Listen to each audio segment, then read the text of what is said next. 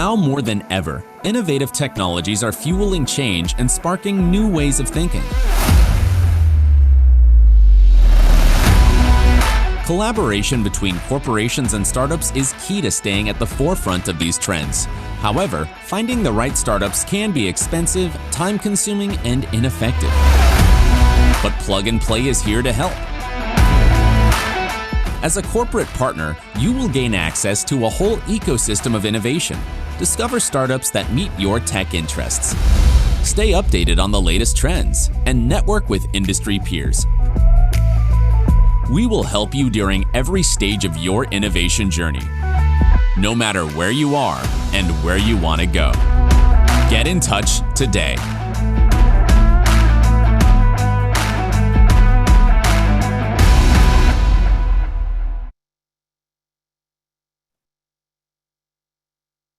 Good morning, good afternoon, good evening, everyone. Welcome to our Travel and Hospitality Expo. This is our Batch 11 Expo for our travel program in Silicon Valley. It's an absolute pleasure to have you with us. I know a lot of people are dialing in from around the world.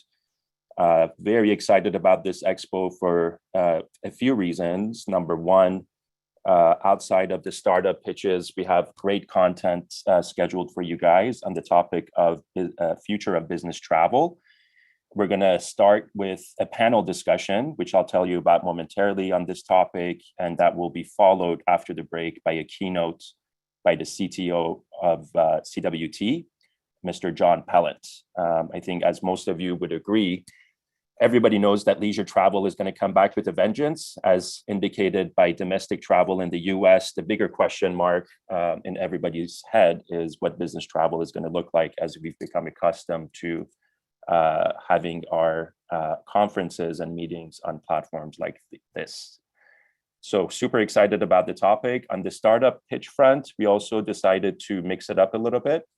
So outside of the current batch startups, we'll have a few startups that we recently invested in, as well as a few startups that were part of our accelerators a few years ago who have made tremendous progress. So hopefully you enjoy the startup presentations as well. Very excited to hear from Mr. John Pelant, again, Chief Technology Officer of CWT, on the topic of business travel and what it's going to shape out to be from his perspective. Obviously, CWT is the second largest TMC in the world, and I'm sure they have a lot more information and a lot more signals on what business travel will look like.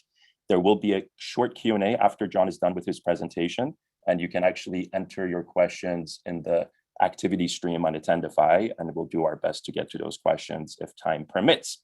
Very excited about our panel today. It will be hosted by own Brandon Balcom from CWT, the Senior Director, who's we've had the pleasure of working with for the past 4 years. And Jeffrey Go from Star Alliance, the CEO, will give us his thoughts on the future of business travel. Senior Vice President from Accor, overseeing events and meetings, Minaz Diamond, will also share her perspectives. In addition, John Morehouse, the Chief Experience Officer at Flight Center Travel Group. Last but not least, we're excited to have the perspective of Airbus. Mr. Stefan List, Head of Cabin Market Insights, will share his thoughts on business travel as well. None of this obviously would be possible without our stellar team for the travel and hospitality programs around the world. I wanted to welcome our newest addition, Paula, who's based out of Barcelona, and she's helping out our ventures team for the travel program. Welcome aboard, Paula. For those of you who are not familiar with the travel ecosystem at Plug and Play, we established the practice in 2016. Since then, we've accelerated about 288 startups through the accelerator programs. We've made 32 investments, and currently we're being supported by 31 corporate partners. And you see the logos of our corporate partners on the bottom of this slide. I wanted to personally thank all of our corporate partners who stuck with us during this pandemic, when budgets were cut, resources were razor thin, and some of them actually doubled down on their digital transformation initiatives. And hopefully that will pay off in the coming years. But a big thank you to all of our corporate partners who stuck around. A few welcomes. So we were fortunate enough to welcome a few corporate partners into the Plug and Play family. A new initiative that we started was actually tapping into the family office ecosystem, be it private equity or venture capital, and basically sharing our deal flow with these family offices to help them make better investments. One of them is Century Oak Capital out of Switzerland, and we actually ended up doing a deal together about a month ago, and you'll be hearing from that company by the name of Zytlyn later today. Nethone is the family office of Infosys family in India, and they want to invest across 3 different industries, and we're going to help them with deal flow as well. Very excited to announce our partnership with Pangiam. Pangiam, for those of you who are not familiar, is the new company that Mr. Kevin McLennan, the ex-Secretary of Homeland Security, as well as Custom Border Protection, has started with a mission of making travel safer and more seamless. We're helping Pangiam with deal flow, specifically on the biometric front, and they've made a number of acquisitions in that front, as well as helping them with the accelerator that they run on this topic internally. So welcome aboard, Pangiam. GMR Group, the airport group out of India, one of the largest operators and developers of airports around the world. Super excited to have them as part of our Silicon Valley program. Airporti di Roma, one of the largest airports in Europe. They recently joined our Vienna program. If you're online, a very warm welcome to you as well. So our own Jordan Bray, head of corporate partnerships, I would say in the middle of this pandemic, hosted a number of digital wellness passport events, the first of which was headlined by Ms. Stacy Fitzmaurice, the Executive Assistant Administrator for Operations Support at TSA. The topic for this webinar was essentially who's doing what as far as digital wellness passports are concerned and what the distinguishing factors of these various passes are. We also had a very, I would say, informative panel discussions from folks from the travel industry. The second one was headlined by Ms. Ha McNeil, who used to be the former Chief of Staff at TSA. And she announced that she will be joining Pangiam as the CEO of Pangiam Strategic Consulting during this event. This event was more focused on the missing links that need to be filled in order for these digital wellness passports to be adopted and distributed in a time-efficient and cost-efficient manner. And we have recorded both of these sessions if anyone is interested in seeing the recordings. Our own Christy on the ventures side of our operations was mentioned in a Crunchbase article on the future funding in the travel and tourism industry. I would highly recommend reading it if you haven't. Paula, she hit the ground running. She actually put together a world map of digital wellness passports that is also available if you're interested in looking at it, as well as our own mentor, the ex-founder of eDreams, Maurizio Prieto, who always brings a lot of value into our ecosystem. He has a travel weekly, or I should say bi-weekly newsletter that he distributes to the travel community. If you are not subscribed to it, I would highly recommend subscribing to it because it's filled with very interesting content, including startup funding news and as well as what different travel suppliers are doing in the middle of this pandemic. A little bit of news updates, recent news updates that we thought is worth sharing with you if you haven't heard about these headlines. So there's a lot of question around what business travel will look like in the coming months and years. And I think on an optimistic side, Amex and Amex GBT did a survey of small to medium-sized businesses not too long ago. And they concluded that while business travel patterns might shift with more dispersed remote workforce, volumes will return. The report found 82% of business travelers say the benefit of in-person events and meetings outweigh the convenience of virtual participation, which I would hope most of you on today's webinar would agree with. In fact, our team is sitting in a conference room in our headquarters in Sunnyvale, the 3 of us, and it's a little bit lonely here. So we look forward to hopefully going back to the in-person meetings this winter for our winter summit. In other exciting news, Amazon officially entered the travel industry. They actually are going to be providing rental car services in UAE, and they're going to take advantage of rental car business market growing by 15% per annum. And they've actually provided this service in a very seamless fashion, meaning that Amazon will drop off your rental car at your doorstep, and they will come and pick it up once you're done with the rental car. Similarly, Uber, in order to diversify their business and hopefully turn into a profitable company, they entered the rental car business, and they're providing a full service solution similar to Amazon's by bringing the car to your doorstep and helping you skip queues and counters, and then picking up the car when you're done with the car. Another optimistic news, Clear has filed for IPO, and the reason for it is that they've showed great resilience last year with 78% member retention rates in 2020 in the middle of this pandemic, which was quite shocking to me, compared to 86% in the pre-pandemic year of 2019. It is now at 38 airports at 106 checkpoints, quite impressive, and 26 sports and entertainment venues. Again, on the topic of business travel today, we picked up a couple of positive signals. One was from the CEO of Lufthansa Airlines. He had previously been quoted as saying that he thinks business travel will dip by 10 to 20% as people go back into offices and start traveling again, as habits have changed. Recently, he was mentioned in a Munich newspaper that he thinks that number will be closer to 10, hopefully below 10% dip, than 20. Similarly, the CEO of Hyatt Hotels, he sees that a lot of the bankers, consultants, and lawyers are gearing up to get back on the road, and he's seeing the inflection point taking place in the fall. So we'll hear more on this topic of business travel from our keynote as well as our panelists. Next, please. Something new that we started, and the first version of this initiative will be available for public view in the next few weeks, but we're going to start doing industry white papers with the help of our startups as well as our corporate partners. The first one is focused on sustainability in the travel industry and why it hasn't gone away in the middle of this pandemic as resources and budgets were cut. So Thrust, Carbon, and Patch, who you will be hearing from today, they have put together this white paper with the help of our corporate partners, Accor, CWT, ANA, Vienna International, and Marriott to a great extent contributed to this white paper as well.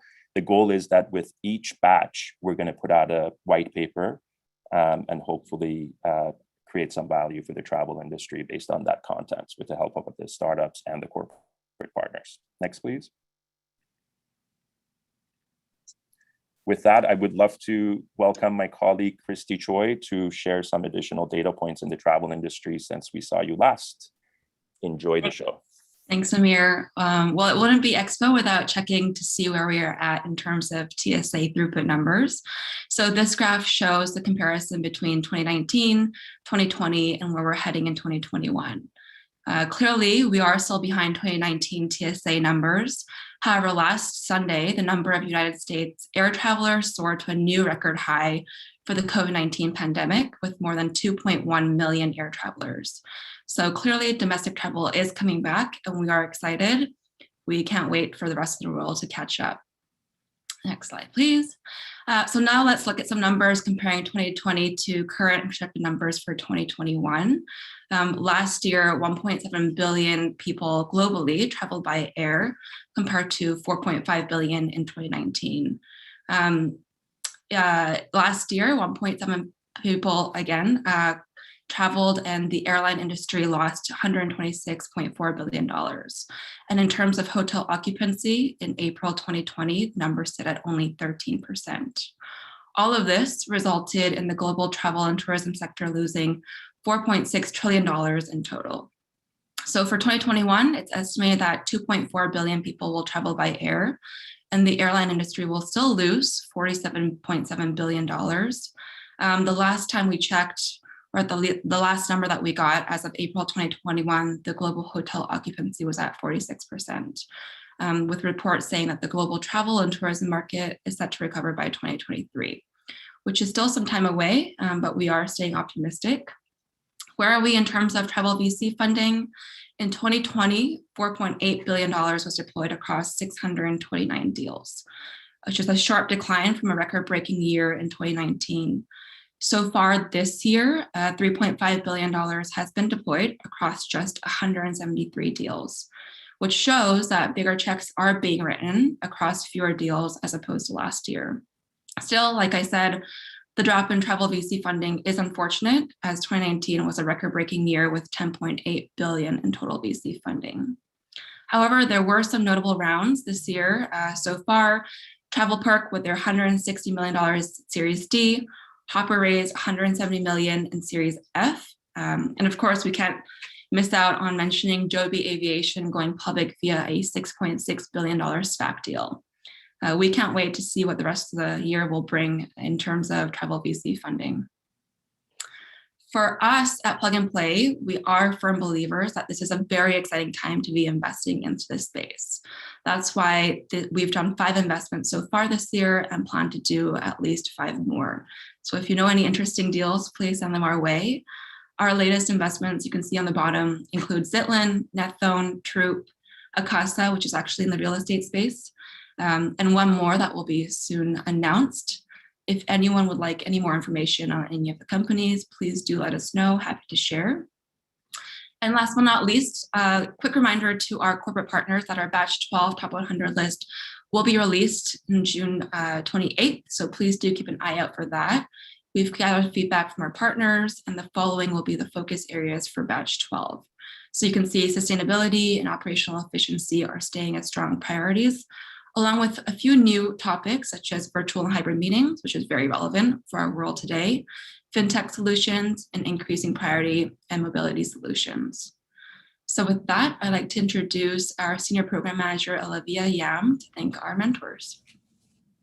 Thanks, Kirsty. Good morning, everyone. So I wanted to give a quick shout out and thank you to all of our mentors and corporate partners for offering their time to mentor and share their industry insights to all of our Batch 11 startups. Many of our mentors have been a part of the travel program for a number of years, and it's super exciting to hear that some of them are now advisors to a couple of our Batch startups, which you'll also hear in their upcoming presentations. So I just want to thank you all so much again. With that, I'll do a quick walkthrough of Attendify since it's a new event platform that we're using this year. So on the left-hand side, you can view more information for each presenting startup. You can also filter the startups and also meet with the team members via the Meet Now feature. So next slide. Meet Now is a feature that allows you to have one-on-one video chats with any of the presenters today. So if you'd like to connect with the startups, make sure to turn on the Meet Now feature, and the green video icon will show that you're available. Lastly, in our community participants tab, you can also search all the profiles of the summit attendees, and you can send private messages at any time. So with that, thank you all so much again for joining our Summer Expo today. I'm excited to present the panel discussion around the future of business travel. So I want to introduce our moderator, Brandon Balcom, Senior Director at CWT. CWT was one of the first partners for the Travel and Hospitality Program, and they also won our Corporate Innovation Award last year. We're honored to have Brandon moderate this amazing panel around business travel. And then after the event break, John Pelant, the Chief Technology Officer at CWT, will also be delivering a keynote speech. So Brandon, I'll pass it over to you. Thank you, Olivia. And I just want to check on time. Are we still aiming for a 8:35 finish?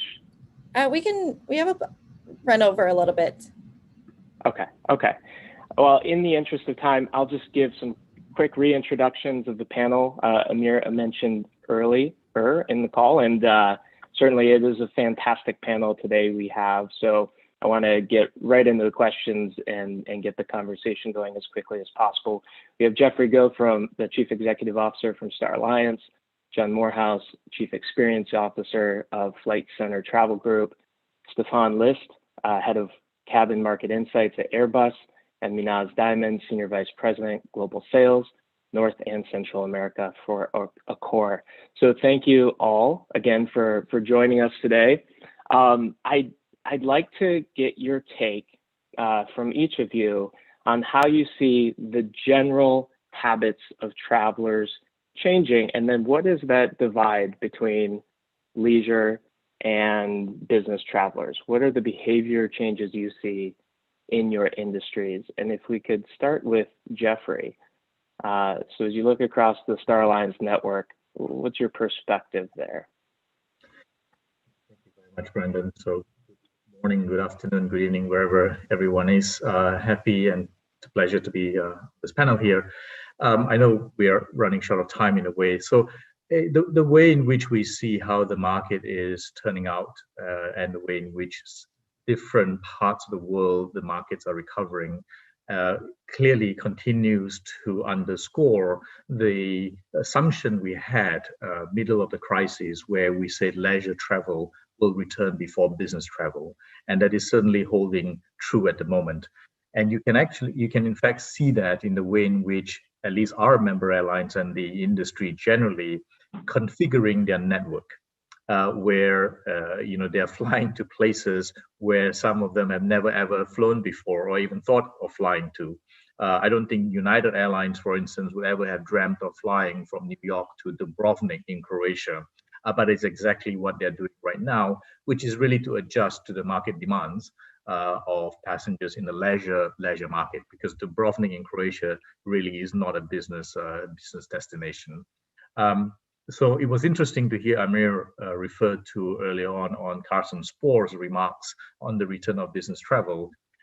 We continue to believe that business travel will return. The question is the extent to which that return will be. I think the industry generally still believes overall probably a 20% structural change to the volume of business travelers. Whilst we believe that business travel is mainly people go for meetings, and we've also got to realize that meetings are not just transactional, it's also about building relationships, human interactions. And so we are sanguine that business travel will return, subject to probably about 20% structural correction, particularly for intra-company travel. The days when you are from company A traveling from London to your branch or your subsidiary branch office in Los Angeles, we will probably see some curbs in the travel span and the travel pattern when perhaps we've gotten used more to technology and other means of communication. So that's probably where the structural change will take place in terms of business travel. But I'll stop there for now, Brendan, because I know we have other panelists who want to share their views as well on the correlation of leisure and business travel. Yeah, thank you, Jeffrey, and interesting perspective on the new market. So some opportunities opening up, even though catering to those leisure travelers, even though the business travel is still a bit depressed.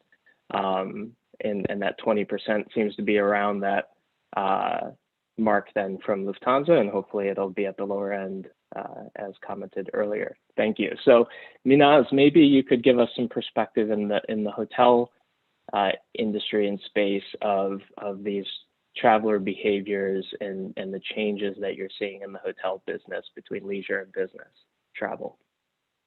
Well, obviously, because of the borders, we've seen the restrictions of borders, we've seen a lot of domestic travel, and it's really the travel is sort of extending out in concentric circles. So, as the borders open up, people are traveling more. So right now in Europe, for example, you've seen that within Europe, there is not so much of a need to quarantine.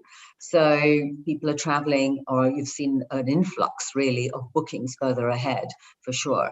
And in North America, which is very much a sort of an insular market as well, I mean, the travel has kind of exploded to the leisure resorts and, the Caribbean. I'm in the Bahamas right now, would you believe? And at the SLS property. And it's interesting because it's really busy at the moment with leisure, but also so the kind of business travel that we're seeing future bookings for meetings and events, because that has a long runway. And I see that continuing. And, what we're hearing from companies is that they're eager to start planning and contracting their meetings and events. So leisure for sure, looking at the resorts, looking at places like the Caribbean, wide open spaces, people still want that for their leisure. And even when it comes to some of their meetings, they want that sort of destination. But travel right now is largely domestic. The one thing that I think Jeffrey mentioned, those kind of meetings within companies that might change. I think what we see in hotels as well is that maybe the combination of people combining leisure with business a lot more. So trips will become maybe more mindful. So they might be a little bit longer, and they're combining that stay with leisure with business as well. So I think those are the kind of changes that you're going to see. But I certainly subscribe to the view that that I think Amir talked about with American Express, what they were saying that, it's business travel is going to come back. I mean, it just takes longer than leisure. Took twice as long after 2008, and maybe it won't take that long now because this is not really an economic crisis. But definitely, we're going to be seeing the business travel come back. I like it. So more mindful journeys, people extending stays. So again, another opportunity that's opening up, particularly in the hotel space, even though, again, some challenges still ahead, but very encouraging to hear about the increase now in meetings and events travel and that forecasting and planning that's happening for recovery, and the optimism clearly amongst businesses to get people back together in person. John, how does that align with what you see at Flight Centre? You have a good perspective between business and leisure travel as well. How are your clients behaving and changing?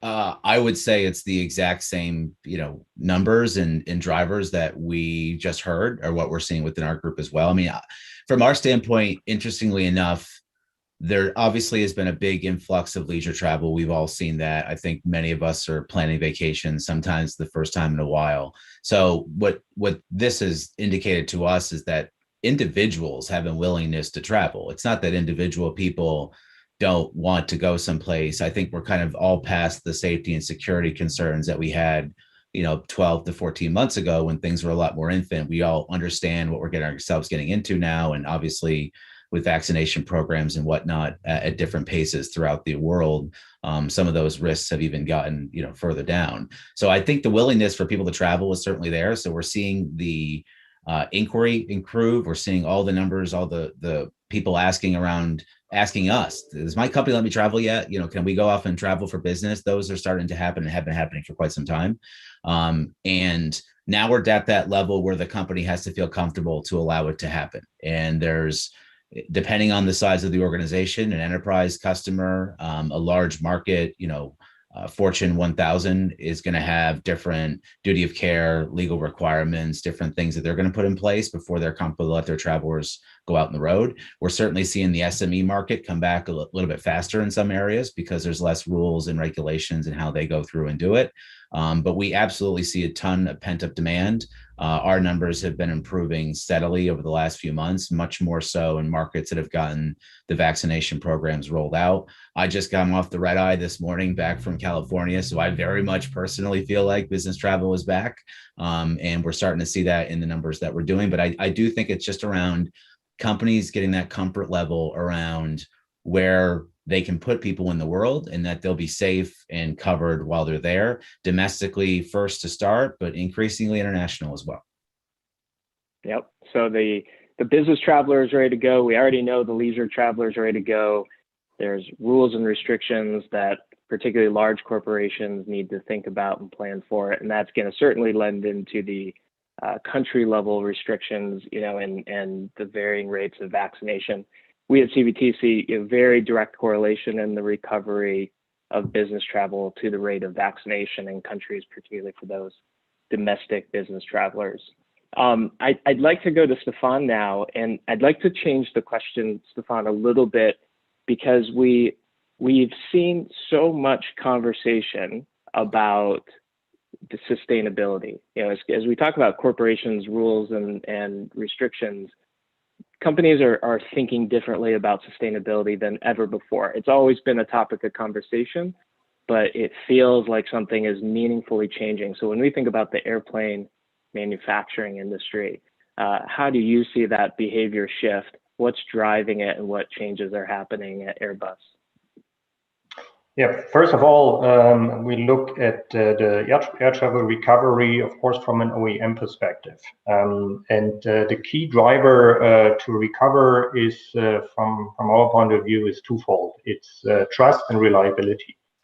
So you want to feel safe. You don't want to be concerned being on board of our products or any aircraft.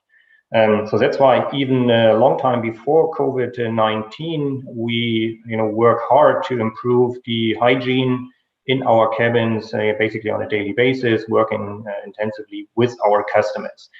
The key challenge to recover from the pandemic is what we call make hygiene visible. We know our cabins are very hygienic today, but how to communicate that message to the passenger that you actually feel safe and trust the time you're being on board.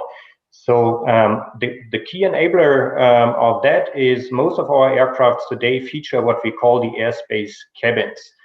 The airspace brand as such has 9 elements, what we call the airspace DNA. And even before COVID-19, one of the out of the 9 elements was what we call the clean space.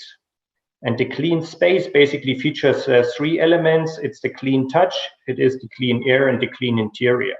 So we work a lot with our customers to communicate that message, that there are more and more touchless features available, so you don't have to be worried going into a lavatory or touching an overhead stowage compartment because it's operated touchless.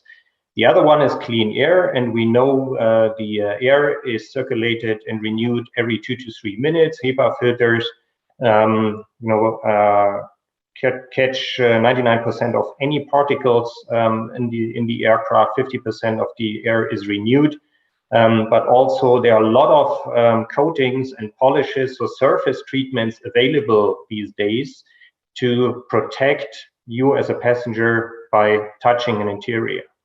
And that brings me to the question you raised, Brandon, that links also into sustainability. Because as you said, sustainability will be one of the key drivers for the future of air travel, not just in the phase of recovery, but also long term to sustain growth for the whole industry along the whole travel chain. So we work a lot, of course, on several elements enabling sustainability, and that ranges from carbon capturing to CO2 offsetting, to new materials, to circular economy. And this has to be in line with what I just mentioned, the clean interior. So what we look at when we offer polishes, coatings, new materials, that at the same time as it fights the COVID-19 challenge or any antimicrobial properties included, it has to be in line with sustainability requirements. Give an example. If you apply a new coating which has antimicrobial properties, it lasts there for 12 years. So, but what do you do at the end of the life cycle, right? We have to make sure that it, on the one hand side, contributes to the antimicrobial features, but on the other hand side, we always have in mind before we apply it, what do we do at the end of the life cycle, not to have it, a special waste at the end. Thank you. I want to keep on that sustainability theme, and I want to go to Jeffrey.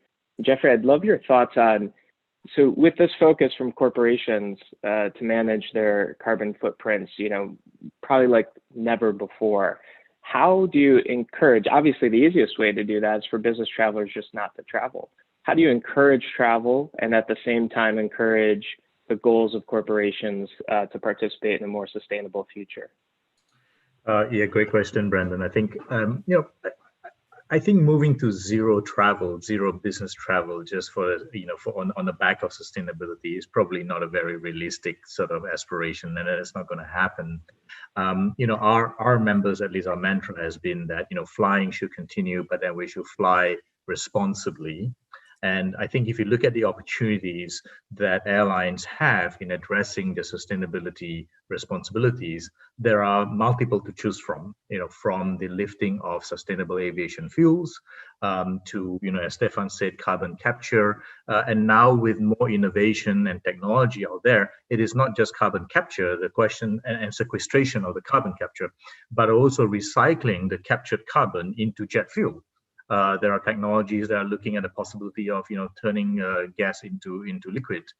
And, airlines and industry have been investing in, really fuel efficient aircraft, lighter aircraft, more efficient engines. So significant amounts of investments and innovation opportunities are available there, right? And at the same time, let's not also forget, whilst aviation contributes to greenhouse gas emissions, it is roughly around 2 to 3% of the international emissions.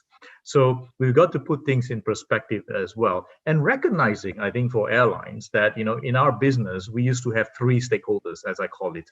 It was the customers, it was the employees, and it was the shareholders. Today, we have the environment, which is a 4th stakeholder against which we cannot turn our back. But what is important for us to understand here is, and I think Stefan will understand this, is this is not a problem only for the airlines.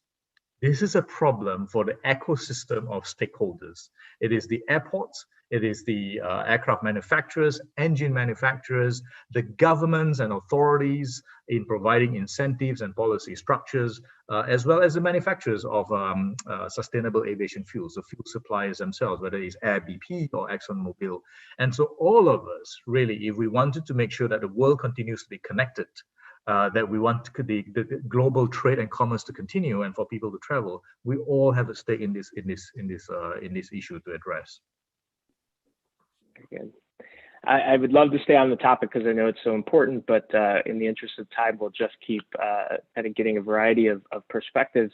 So Minaz, I'm curious if you can give us, from the hotel perspective, what sort of technologies maybe is Accor thinking about that brings the business traveler back? What are the demands or trends that you might see for business travelers from a technology perspective?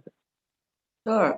Well, I mean, for sure, one of the things that's had a heightened sort of awareness is this touchless check-in and the ability to just be seamless about getting into the property and going up to your room, from the time you come in from the time you make the reservation and so forth. So I think certainly we're looking at developments around that sort of check-in and keyless check-in, etc. So that's something that's very important. I would say some other thing which is around technology is also around guest care and recognition, because what's even more important now is for customers to feel that they're recognized for what's important to them. So it's that whole personalization of their experience, so what they experienced in one hotel, they should get that through another hotel if they're staying at another Accor hotel. And that becomes possible through loyalty programs like our Accor Live Limitless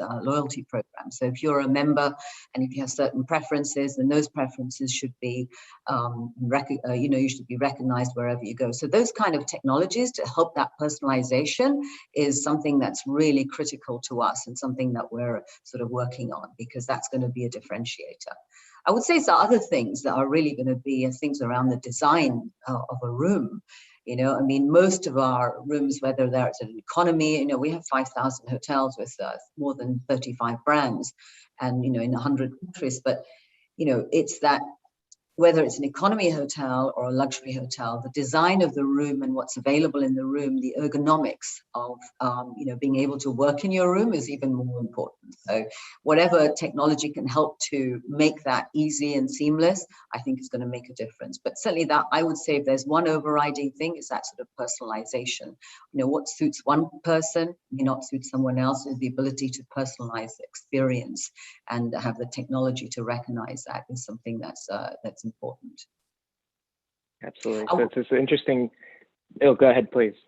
I was just going to say that, I didn't want it to go away without touching on the sustainability. I know you said you wanted to move on, but I would say something that, with hotels, it's such a critical part of it. And particularly, we've had our Planet 21 program going on for quite a long time, where we have sort of 10 benchmarks around that hotels have to achieve. But, we've just announced, we've got a board level position for sustainability and announced sort of, the carbon net zero by 2050. So there's so many things that we feel that we need to do, because going back to what Jeffrey was saying, we're all connected. And the one thing that the pandemic has done is really sharpen the focus on the fact that we all live on the one planet and we have a duty and a right to protect it. And so everyone has a part to play. So I think I think that's something that's really brought it to mind. And the focus of all companies on environmental, social, governance responsibilities is something that I think is one of the great benefits, if you like, of what we've been through, because it's just sharpened its focus on the importance of it to all of us, whether in travel or not. Absolutely, couldn't agree more. John, and I'm sure you probably have comments too on technology and on sustainability. I'm also curious, we've seen obviously a change in the workforce since the pandemic started, with people working from home, distributed workforces. How will that component lend to the recovery of business travel? People going from their home offices just to meet with colleagues, and perhaps what technologies might support it. Yeah, I mean, it's interesting, right? I think about a year ago, as we were all getting used to this kind of virtual world, a lot of major companies announced that they were going permanently virtual or some version therein, for their workforce. And I think we've actually seen a lot of that get called back in the past year. In some cases, maybe people finally looked at the real estate bill and realized they want to actually leverage the space a bit more than make it just temporary hotel space. But I think what we find within our business and we find within our customers is that nothing replaces face-to-face contact with individuals. It's part of our DNA as a species. We are just hardwired to seek out and want to build relationships with people in a physical presence in some way of doing it. That doesn't mean that things like video and conferencing and phone calls and all that stuff doesn't augment that and doesn't replace some aspects of it. I mean, naturally, I think there will be some trips that people choose not to take going forward because there are more efficient, there are easier ways of doing it. But by and the sales focused, a lot of the revenue driven type of travel that had happened before, the manufacturing, the construction, the stuff that requires physical presence to actually happen. We've been seeing those numbers pick back up and mature and happen over time. And we expect those pieces to continue as this entire thing continues to move into a recovery phase around what's happening. I would imagine there's going to be some new programs that build up, for employees getting back to meet with teams and do some of the stuff that's there. I will echo the feedback from our meetings groups that forward bookings, they're actually having difficulty finding space, for moving some of these conferences too, because they've booted them out a couple of years and just rolled them forward. And now everybody's crunched to put something in the latter half of this year or early next year when they feel most of the restrictions and will be through, the worst of it. So the need is there. The forward indicators are certainly demonstrating that people want to get back to face-to-face meetings and conferences and being able to see some stuff. Does that mean we're forever going to never look at a Zoom again? No, we'll probably be living in a hybrid environment for quite some time. And there will be some aspects of it that will require those components. But end of the day, it's going to change it a little bit. I still don't think it's going to fundamentally change how we operate, because people just like being with people. Yep. And I see Jordan just popped in. I'm wondering if he's telling us we've extended beyond our time enough. 2 more minutes. 2 more minutes. Okay, thanks. I wanted to give Stefan one last opportunity, and thank you, John, for those comments. I couldn't agree more with you. And hopefully we'll have a time to really dig into all these topics together again in the future. Stefan, in terms of luring back that business traveler, I'm curious, what in-cabin experiences are you thinking about in the future? And particularly as we look ahead, hopefully that significant recovery of international maybe, what's on the cutting edge there for delighting business travelers in particular? Yeah, what I can complement what Minas just mentioned for the hotel perspective. Being on board and encourage business travel is to give as many choices to the traveler, and especially to business traveler, when they are on board. And that means more and more aircraft today have connectivity, onboard or offboard connectivity. So it's your choice to stay connected. It's your choice to do some work, but it's also your choice to take the time on board to relax. So it's not just being on a 10-hour flight that you have to work 10 hours. So we try as much as we can to enable our customer, the airline, to give as many choices in a commercial viable way to passengers, that they can pick and choose and customize their onboard experience. And I think this will be one of the key enabler to bring business travelers back on board, because they can make best use of their time. But what I would also like to highlight, Mina mentioned, we have the duty and the right to protect our planet, and I can't agree more on that. It's not just a duty, it's also the right.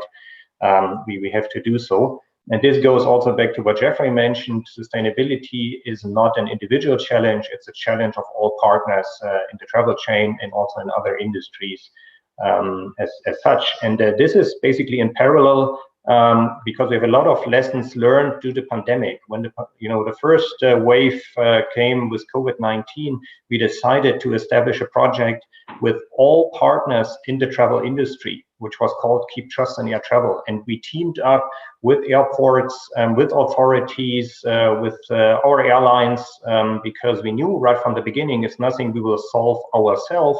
And that's a good example how we believe we should also address sustainability topic on top of the individual passenger experience being on board. Thank you, Stefan. Well, I gotta say, I could spend hours with all of you, and it's certainly been my pleasure to have this conversation with such a distinguished panel. Jordan, thanks for the extra time, and I know we have to get back to the event. So again, thank you to the panel, and Jordan, I'll hand it back to you. Thanks, Brandon, and thanks, Minaz, Brandon, Jeffrey, John, Stefan. I'm really super happy to hear that business travel is coming back in different ways. I personally can't wait to get back on the road. It also makes me really happy to hear that sustainability is still a topic after everything that we've gone through. And I think that we should benchmark the sustainability across the globe from what happened in 2020 going forward. I think it was the most sustainable year that we've had yet, just because everyone was at home doing nothing. But I'm going to pass it off to Paula from the Ventures team to kick off the startup presentations. But thanks again for all the panelists. That was an amazing conversation. Thank you, Jordan. Hello, everyone, and welcome again to our Summer Summit. My name is Paula. I'm part of the Travel and Hospitality Ventures team, and I will be your MC during this session. But before we dive into these amazing startup presentations that we have in store for you, please remember that at the end of the event, there will be a networking session. We highly encourage that you switch on the Meet Now feature that you can find on the top of the Attendify page, so you can meet all of the amazing startups. So having said that, now you're ready to hear all about Batch 11 and future startups. We'll begin with Martina Kyte, co-founder and head of strategic partnerships at Chooose. Welcome, Martine. Hi, my name is Martine, and I'm co-founder and head of strategic partnerships at Chooose, a technology company that makes it easy for every consumer to carbon compensate for any digital transaction. The voluntary carbon market tripled from 2016 to 2019. It grows 17% year on year. But even with the proven consumer willingness to pay for offsets, most air travelers do not have access to climate compensation when booking their journey. So from technical integrations to marketing and hands-on advisory, Chooose offers the all-in-one climate toolkit. Our seamless partner API makes it easy to integrate CO2 emission calculations and climate compensation options in every checkout solution. And we constantly revise the impact and the calculators. So we have, for example, over the last few months, developed a solution offering sustainable aviation fuel. Once a consumer has opted in on taking climate action, Chooose can offer an individual post-purchase experience to engage with the impact with certificates, sharing badges, and project updates. We also give our partners their unique portal with analytics and reporting of the service, which also works as a self-serve portal for internal offsetting. And how do our partners know that the impact is real? Well, Chooose delivers best-in-class internationally certified CO2 reducing projects advised by a third-party carbon advisory board headed by the former lead of the EU Carbon Commission. And our business model is quite simple. We don't charge for the API. We don't take a margin on the carbon projects, but a small, flat, and transparent technology and service fee when people are opting in. So basically, our off-the-shelf solutions requires no cost and very limited resources your end to implement. And last but not least, we don't believe in finger-pointing fear-based marketing, but we have specialized in positive and consumer engaging messaging. We offer our partners a marketing toolkit they can use freely from. So I'm proud to announce that besides our partners within travel, Heathrow Airport, Norwegian Airlines, Skyscanner, and Wizz Air, we have, since we joined the accelerator with Plug and Play, launched a partnership with Lonely Planet, National Express, and last but not least, Japanese HIS Group, to mention just some. And besides travel, there is endless long tail of other industries and businesses we're working with. For example, Santander Consumer Bank, Ticketmaster, Red Bull, and Breitling Watches. We currently have trusted partners in more than 50 countries. So are you interested in partnering with us? Please reach out for an informal chat. Hope to hear from you. Thank you, Martina, and thank you for joining us today. Now on to the second startup. I would like to give the floor to Sebastian Alexander from Splio. Sebastian. Hi, I'm Sebastian, co-founder of Splio Mobile Wallets. Splio is a French company with 4 offices in Europe and 1 in China, providing solutions to boost loyalty of your customers and prospects. We work with many companies in retail and transport, like Air France, SNCF, the French National Railway Company, Paris Airports, to name a few. We have airline companies, airports, travel retail companies, and the reason why they approached us was the following. How can we target passengers through an app that they do not have to install and send them messages at the time when they travel? And the obvious answer is native wallets. Wallets are applications that will digitize your actual physical wallet on your mobile. Thanks to Splio, we make it possible for you to use them as a communication channel, a new digital touchpoint on your passenger's mobile. There are 2 native wallets, Apple Wallet. On Android, the native wallet is called Google Pay. They basically have the same functionalities. And why are they great for you? Well, first, because you don't even need to install them. They are native on your phone. But not only that, they are opt-in by default. When you use a wallet, you accept to receive notifications. You cannot uninstall them, so we have an unparalleled retention rate. And they have geo-triggered functionalities. So whenever a passenger will get at the airport, you'll be able to send him a targeted real-time message with a benefit. Let's see what are the benefits for the airports we work with. And please note, this works basically the same with the airlines. So the passengers can add all their documents in 2 clicks. They can digitize parking reservations, travel and safety documents, boarding passes, of course. No need to install an app, no need to log in. It's easy and it's secure.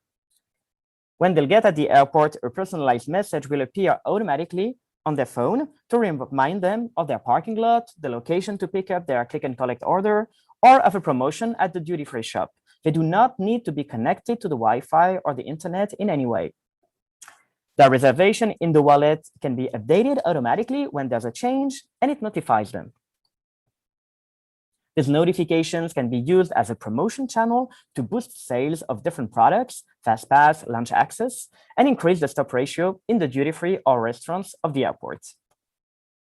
And this won't prevent in any way passengers to install your app if you have one. Quite the opposite. You can use the wallet notifications to promote exclusive services available on the dedicated app. And of course, this is a contactless experience. Please note this works basically the same for airlines, except the documents you most probably want to digitize are boarding passes, loyalty cards, or vouchers. We'll provide you with an easy-to-use admin where you can manage your campaigns, your notifications, configure your triggers. A campaign takes less than 3 minutes to configure in the platform. And of course, you'll have access to your KPIs in real time. I am Sebastian. Let's keep in touch. Wonderful. Thank you, Sebastian. Up next is Brennan Splyt, who, as co-founder and CEO, will present Patch. Brennan, the floor is yours. Hello, everyone. My name is Brennan Splyt, and I'm one of the co-founders and CEO of Patch, the platform for negative emissions. I'm super excited to give you all a quick update at the Plug and Play Summer Summit.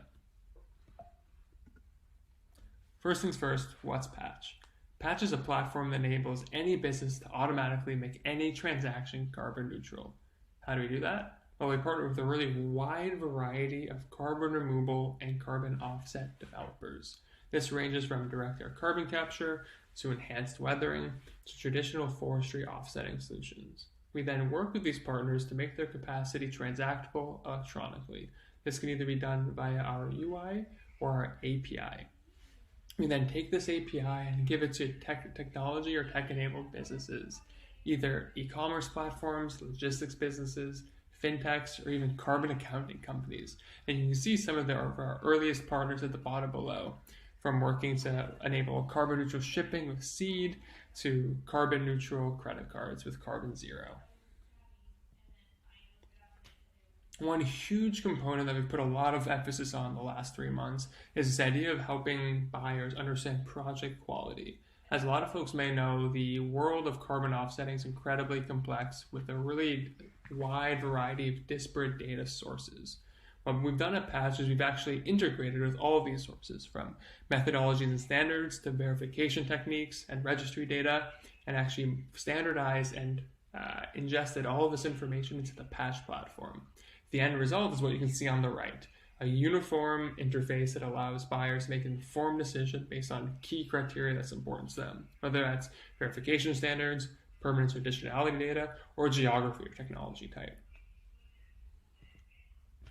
Additionally, on the BD front, we've made a couple really big moves. Ironically, a lot of the initiatives in the last few months haven't actually been focused on travel. A lot of folks in the travel industry have let us know that although sustainability is a priority for them, those opportunities are progressing a little bit less quickly. So we have actually shifted our attention to a few other industries. The first is crypto. So as some folks who are involved in the crypto space may know, the idea of the carbon footprint of Bitcoin and Ethereum have been top of mind. What we've actually done is shipped both footprinting APIs, both for Bitcoin and Ethereum, and are working with a few marquee customers to actually launch our carbon neutral crypto program. This ranges from having low carbon NFTs to actually launching a Bitcoin ETF that actually has no environmental footprint. Although we can't share any names yet, you'll see this kind of news come out in the next 2 to 3 months. Second is we had several of our e-commerce partners go live, including Seed.com.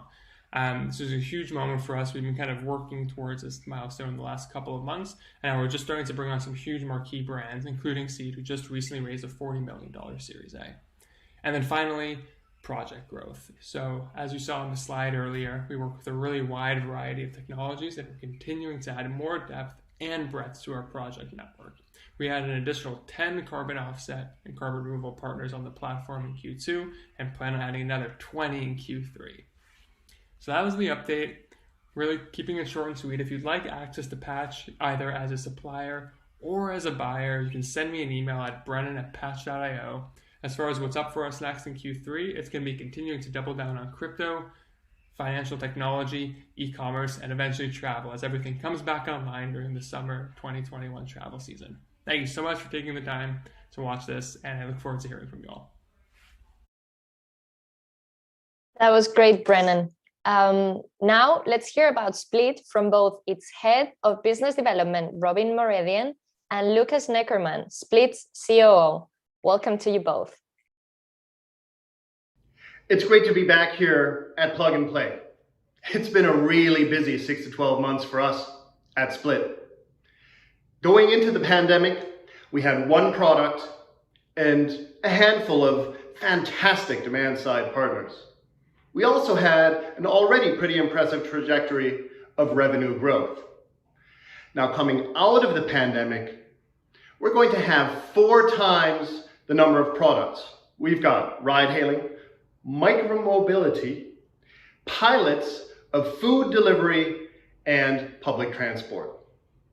We've also tripled the number of demand-side partners that we have, And our leading global lifestyle services network now is accessible to over 2 billion users. As you will recall from our first presentation, Splyt connects leading super apps, payment, and travel platforms with the world's dominant mobility players across 2,000 cities and 150 countries. We started off by onboarding on-demand ride-hailing with leading players such as Grab, Lyft, or Bolt, but we didn't stop there. We've since added airport transfers as well as bus, ferry, and train content into our middleware. Additionally, we've also enabled micromobility, namely scooter and bike sharing, with leading players such as Voi, Nextbike, Zeus, and Rebi, and we have 5 others in the wings for the next quarter. The mission is to allow your users to feel at home anywhere. To give you one example, we've integrated Alipay, the world's leading super app with over 1.2 billion customers, with our mobility services. Today, an Alipay user can book a Lyft ride when they're in New York, they can hail a Grab ride when they're in Singapore, or they can hop on a Voi scooter when in Stockholm. And soon, we'll integrate food delivery services within the Alipay app to complete the whole mobility and lifestyle journey of that user. We invested the time during the travel downturn to sign new partnerships and develop new products. That means we expect to have a very dynamic recovery when travel resumes. One of the products that Robin has told you about is food delivery. Via Splyt, any app, whether it's a super app, a travel platform, an airline app, or a wallet, can have access and fully integrate food delivery end-to-end into their platform. In turn, supply-side partners can be enabled for use by over 2 billion users globally. We're very grateful for having had the opportunity to be part of Plug and Play's travel and hospitality program. As a result of this exact program, we're now exploring 4 investment as well as commercial related opportunities with your partners. The next topics on our agenda is to continue the integration of the products that we talked about today, to engage in discussions with perhaps some of you for our upcoming Series C, and of course to onboard prospective Plug and Play partners. Thank you all very much, and we wish you all the best. So many exciting news. Thank you both for that. Next up is Ali Beklen, co-founder and managing partner of HotelRunner. Hi, Ali. Hello, I am Ali, co-founder and managing partner of HotelRunner. We have 15 million accommodations in the world, and the inventory of 14 million is still disconnected. Connectivity is crucial to drive real-time bookings and maximize returns. So all travel agencies are trying to connect to the same 1 million accommodations. Why are they disconnected? Because the travel tech solutions market for accommodations is heavily fragmented. The solutions are not easy to use and not affordable for the long tail.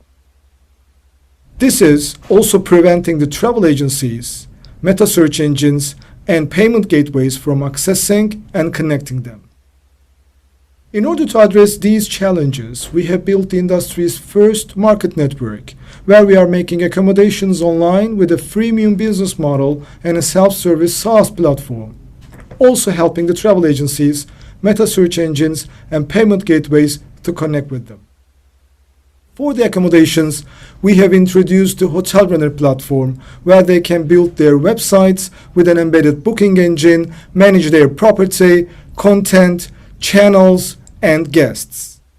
They can also process payments and benefit from more than 100 features. We have also built the HotelRunner Connect platform for the travel agencies, meta search engines, and payment gateways, where they can manage their supply network. They can access new direct contracts and automate account opening, onboarding, and engagement. They can also get actionable market insights and see their position against their competitors in the market network. Our flexible revenue model is designed to shift the software economy to an inventory economy. The members of our market network are paying transactional commissions and recurring subscription fees. We have established a profitable and sustainable global business, serving thousands of accommodations and many other travel industry members, including Booking.com, Agoda, Hotelbeds, Google, and more. Our revenue has been growing double-digit for the last 3 years and continued to grow despite the COVID-19 pandemic. In 2021, we demonstrated strong growth in our market network KPIs. We hit the 1 billion availability milestone. The average daily rate in our network increased 35% and the average stay duration increased 29%. We signed 7 new global strategic partnership agreements in US, UK, Spain, and Turkey. We have launched 2 new innovative products as part of our being the one-stop solution strategy for the accommodations. And finally, we have been awarded top and best overall performing partner by Expedia and Booking.com. During our 3 months in the PMP program, we had 27 meetings with 11 industry veterans and got great feedback and advice about our strategy and traction. One of these experts joined the HotelRunner family as an advisory board member and investor. We are also still working on new corporate partner introductions and our China expansion plans with the PMP team. We are now raising our Series A round to accelerate our growth in Americas and keep introducing new innovative products to the industry. During the last 5 years, we established a scalable market network for building a bigger travel economy by unlocking the untapped opportunity for the long-tail market. Thank you. Thank you, Ali. Looking forward to those many future successes. And now, join me all together in welcoming Alice Ferrari, CEO of Kyte. Alice, on to you. Hello, everyone. My name is Alice, and I'm the CEO and co-founder of Kyte.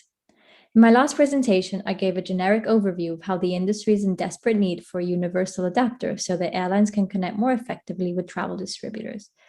In the airline and distribution world, the lack of consistency of APIs to connect with airlines makes the process really expensive and lengthy, which is why the industry mostly still relies on legacy intermediaries. So this time, I'd like to dive deeper into how Kyte works and our vision to change the online shopping experience. So let's take a step back and look at this problem from a consumer's point of view. The online shopping experience has simply gotten more convenient. Think of the last thing you bought online. Whether you knew exactly what you wanted or not, you were able to find what you needed and simply bought it in one click, with an overall satisfying shopping experience, I bet, although you probably spent a little bit more than expected. Now contrast that to booking a flight. It's hard enough when you know exactly where and when to go, never mind when you don't know, including figuring out the actual prices once you added all the different options, bags, seats, etc. This slide pretty much sums up the situation. The retail industry today has been primarily focused on making the shopping experience predictive and intuitive. However, what we see is that airlines, once the undisputed leaders of e-commerce and online adoption, have unfortunately stalled in innovation. This is where we see the opportunity, uplifting the airline industry into delivering a modern shopping experience. So what if booking a flight looked like this? I tell the airline what is important to me, and the airline comes back with priced products that are available to buy, that are contextually relevant, perhaps with interesting options or alternatives to help me customize and improve the product offering. This is what Kyte is building. Kyte's mission is to empower airlines with powerful and flexible technology, cutting through the legacy systems and deliver a modern shopping experience. Our first product is the Kyte API, a managed API for airlines to use as their own. As you know, airlines run on legacy systems, which makes it hard to extrapolate information from them. Kyte taps into the backend system and provides a pipe that replaces the airline's legacy connectivity solution between the backend and their direct and indirect channels. This way, travel distributors can access data through a straightforward and truly standardized API that reduces time to market and costs and drives a more seamless booking experience. Airlines can also use the Kyte API to drive innovation for their own web and mobile applications. And it's important to notice that Kyte is only a technology provider. All the commercials stay between the airline and the partner. We are not an intermediary. Kyte is also a network. The Kyte API is for airlines to use to connect to their own partners. However, once a travel distributor is connected, they can access content from all the airlines on the platform with no further development work. Vice versa, airlines can tap into other airlines' travel partners, driving what we call the network effect. Our next step involves a new way for airlines to do retail. We're building an offer engine that will allow airlines to put together offers without the constraints and limitations of the legacy fare structure, origin, destination, date, and passenger. Today, there is no way to dynamically offer products taking into account historical intelligence on who customers are, for example, what they bought before, and how this should influence that offer. Kyte's engine will give the opportunity to flexibly construct offers with options that matter to a unique individual. And it's been an incredibly busy but yet exciting year. We had a huge amount of progress and are really pleased with the program. We connected with professionals in the industry, other founders and investors, and I'm really pleased to share that through the program, we brought on a new advisor and investor, Dirk John, former CIO of LATAM, who immediately saw how grand our plans were. We also connected with some really established corporates in our space, and we are still looking for a lead investor to join our round. We're aiming to close by the end of July, so do let us know if you'd be interested in joining our journey. Thank you very much. Truly amazing work, Alice. Thank you so much. Well, now we're going to hear about Laasie from none other than its CEO, Jen Wong. Jen, welcome. Hi, I'm Jen, CEO at Laasie, Loyalty as a Service. Laasie powers a new kind of loyalty by pairing artificial intelligence with a network of over 1,000 instant gratification partners. Today's savvy customers are not inspired by traditional loyalty programs with rigid tiers. Customers are often left with unused points and limited brand affinity. Laasie has a slope model approach, making it very easy and achievable to earn rewards. Customers get an instant reward for every transaction, and the higher they are on the slope, the better the rewards get. No points, no tiers, no waiting for qualification. Just a simple, immediate reward that's personalized to the customer. We use artificial intelligence to dynamically incentivize conversion and loyalty by surfacing relevant instant rewards to every single user.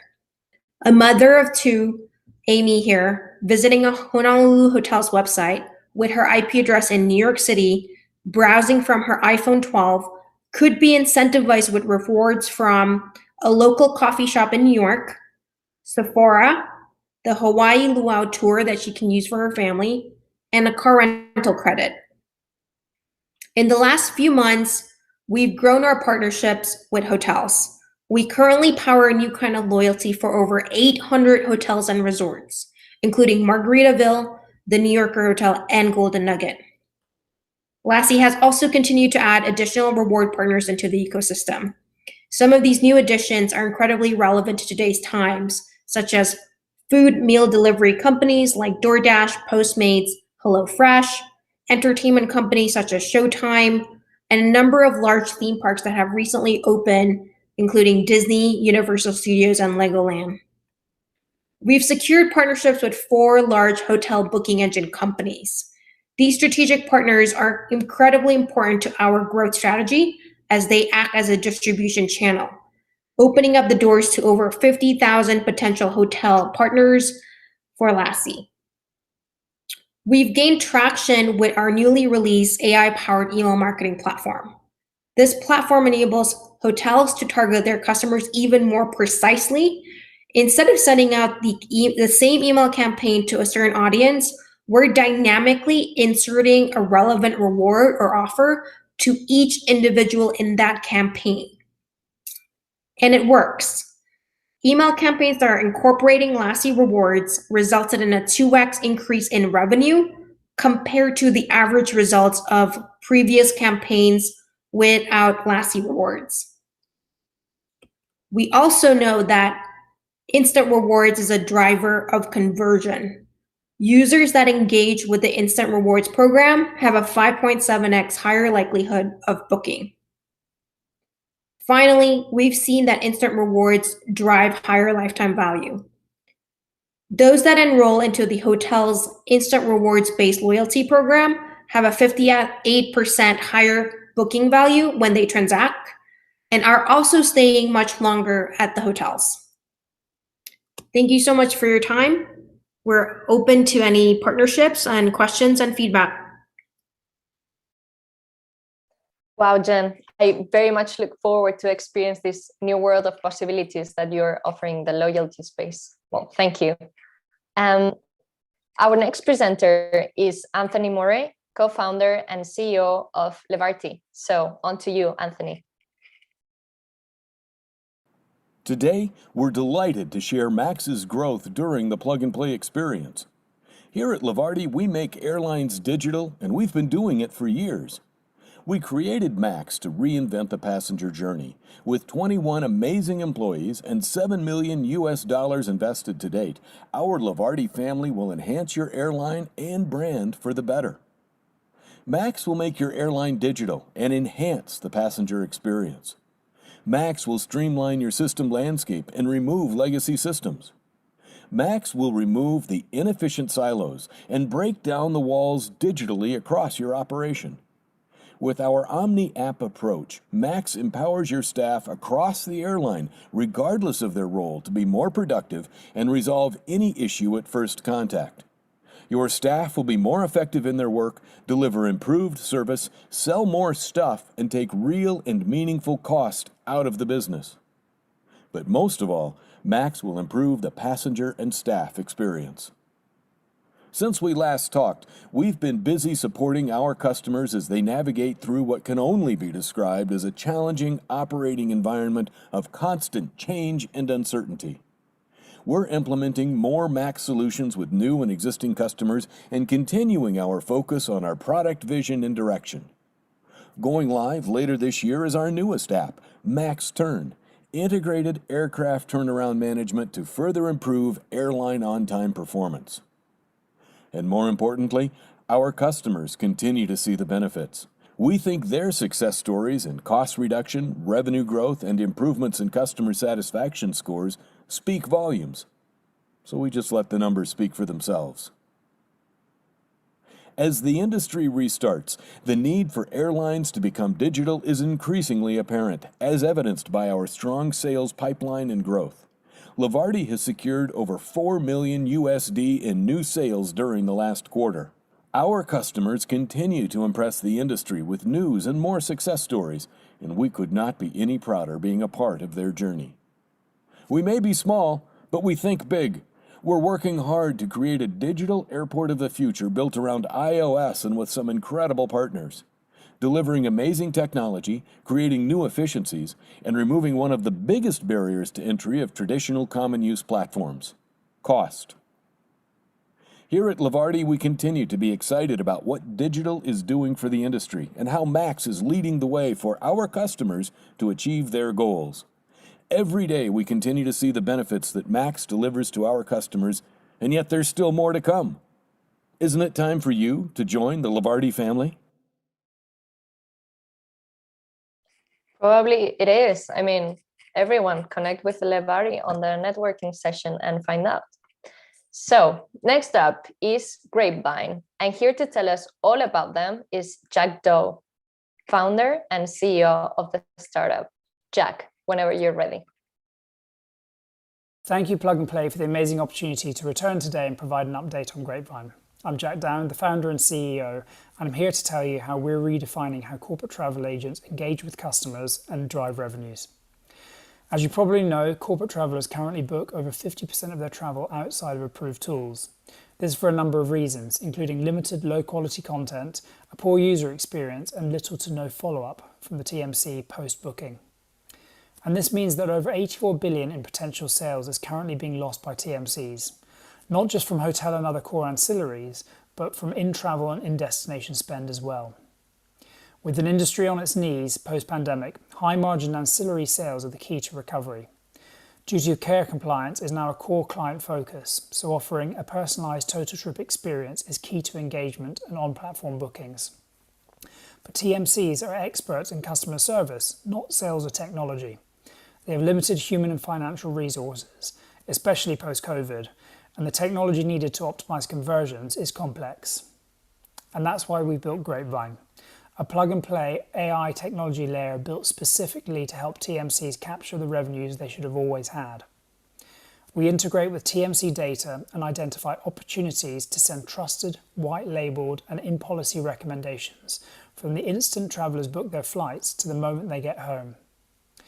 We're building a powerful data flywheel that will optimise with scale. We analyse historical and live data sets, identify potential booking opportunities, send inspiring right time, right channel messages that are personalised to each traveller. The result of this is happy travellers, delighted corporate customers, and most importantly, increased revenues and margins for the TMCs. Our revenue model is simple, taking a revenue share on incremental booking commissions in addition to a minimum monthly fee. Pre-plug and play, we were building great momentum, having launched with a leading UK-based TMC and generating revenues despite no travel volumes. And we've had a really busy 3 months. We've signed partnership agreements with Advantage Travel Partnership and Win Global Network, giving us access to over 200 TMCs, and we're also about to launch with Beyond Business Travel, acting as a proxy for over 60 focused partnership members. We've also been building partnerships with technology suppliers to create seamless and scalable integrations, focused on quick access to clients in the UK, Europe, and the US. Product-wise, the results are in and looking great. We've outperformed all sector email open rates by over 100%. We're in the top quartile of retail-specific open rates, and we're outperforming retail-specific conversion rates by over 90%. And the team-wise, we've made some great new hires to continue building a combination of experience and industry expertise. We're in a really exciting position, and we'd love you to join us on the journey. We're raising a seed funding round and welcome the opportunity to speak to investors and TMCs. Thank you very much for your time. That was brilliant. Thank you so much.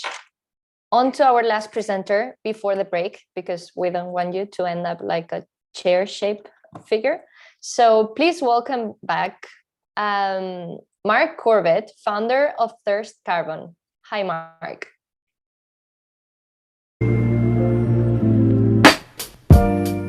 Here at Thrust Carbon, we believe in a world where our actions don't have to cost the Earth. We have created the technology to help reduce emissions in enterprises by 500 million tonnes in the next decade. We've set this goal with the help of some of our plug and play mentors on this program, who've also helped us drive client sales, partnerships, and our growth. As a carbon intelligent business, we report, reduce, and remove travel emissions for enterprises of any size. And as a result, we are in the process of publishing our first ever white paper in partnership with Plug and Play and our good friends over at Patch. In the last 3 months, we have won new business with Grundfos, Rocket Trip, analysed over 2 million client segments, and delivered carbon reduction and net zero strategies for 2 of our largest clients. We have taken a giant leap forwards in our carbon emissions intelligence through our most recent collaboration with the pioneering and fellow Plug and Play winner Troop Travel.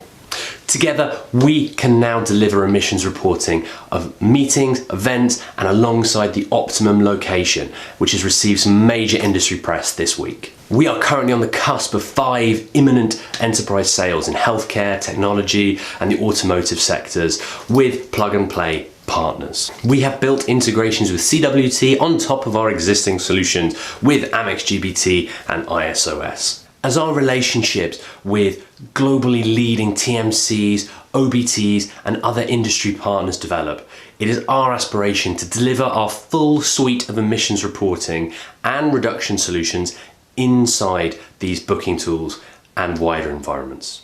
One reason we are confident we can deliver this next level integration is that we have just signed our first partnership agreement to do exactly that. We will be the first sustainability technology partner inside one of the globally leading T&E tools. And we've already secured 2 launch clients in the enterprise category to pilot this. In what has been a non-stop, relentless 3 months, we have propelled Thrust Carbon forwards, speaking at leading industry conferences and becoming investment ready. Please reach out to myself, Mark, or our head of partnerships, Glenn Torson, and let's discuss how together we can go effortlessly green. Thank you. Exciting. Thank you, Mark, and thank you to all of our presenters so far for the amazing pitches. Now we're going to go on a short break. Quick reminder to our attendees, please turn on the Meet Now feature on Attendify. See you back here in 5 to hear our CWT CTO, John Pelant, who will give you, will deliver a keynote. And afterwards, we'll meet the rest of startups as well as the winners for the Corporate and Startup Awards. See you in a bit.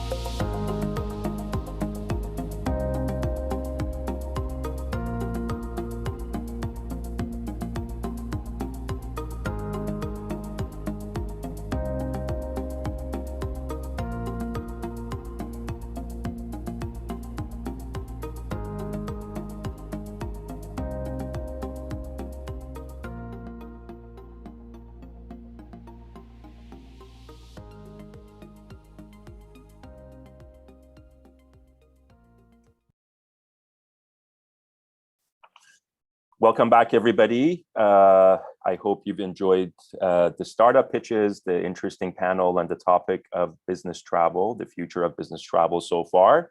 I know I learned quite a bit, and thanks to Brendan for moderating such an interesting panel. It is an absolute pleasure to welcome back John Pelant, CTO of CWT, on stage at the Plug and Play Expo. For those of you who don't know, CWT won the Corporate Innovation Award during our Expo about a year ago, and it was well-deserved because the number of interactions they've had with the startups in our community is second to none. John, it's an absolute pleasure to have you back on stage. A quick introduction on John. John is the Chief Technology Officer, obviously, and a member of the executive leadership team. He joined CWT in 1991 and has held various leadership positions with both global and America's remits. And he's at the forefront of helping to deliver the company's CWT 3.0 strategy. He also leads the CWT Responsible Business Program in the Americas. He holds a Bachelor of Science degree from St. John's University in Minnesota. Outside of his passion for his work, he has a mercurial drive to support and defend children who are vulnerable, victims of abuse and child trafficking, being actively engaged with Orphaned Starfish Foundation, a non-profit organization focused on developing vocational centers for orphans, victims of abuse, and at-risk youth. And Ashton Kutcher's Thorn organization, the international anti-human trafficking organization that works to address the sexual exploitation of children, and Genesis Works, which provides technology internship and pathways to career success for high school students in underserved communities. John has also spearheaded donation of CWT out-of-lifecycle computers and laptops to charitable partners around the world, which includes 2,000 computers in the past 18 months. Thanks for all the charitable work you do, John, and helping out the most vulnerable people in our society who could hopefully mature and grow and contribute to the future of this country and the future of the planet. And with that, we're going to continue with the topic of future of business travel. I can't imagine a better person to give us some additional insights and data points as you see it through the CWT lens. So please take it away. Thank you, Amir, and very happy to be here and talk with all of you. Thank you for having me. I can't emphasize enough how important the relationship for CWT with Plug and Play, and then also the startups that we've got involved with. It really generates a lot of excitement within our organization and our customer base just to see where we can take things and the new innovative ways you're coming up with helping out the travel industry. So much appreciated. Such a great relationship, and yeah, thank you for the mention around some of the work.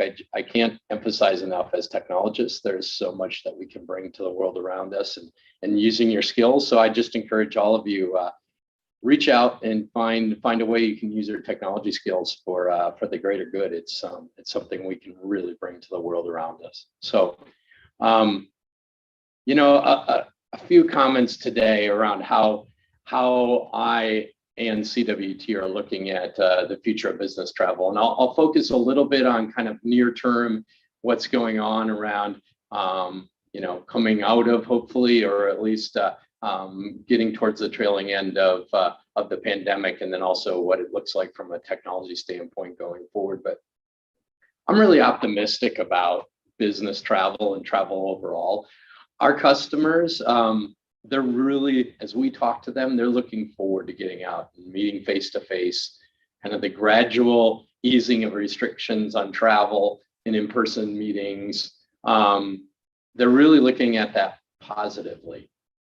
However, the safety and security absolutely remains at the top priority. So organizations are going to take a little bit of a cautious approach when they look at restarting travel.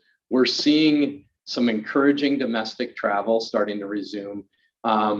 Probably more specifically in North America, we're seeing it start to get to pre-COVID domestic levels, and starting to see some encouraging trends in Europe as well. The international travel is definitely more challenging, and it's going to take longer to start or restart, I should say. The countries are starting to kind of introduce bubbles and what that looks like. And we're seeing, I'll take some specifics around, Australia and New Zealand. It's been paused a couple times and started again.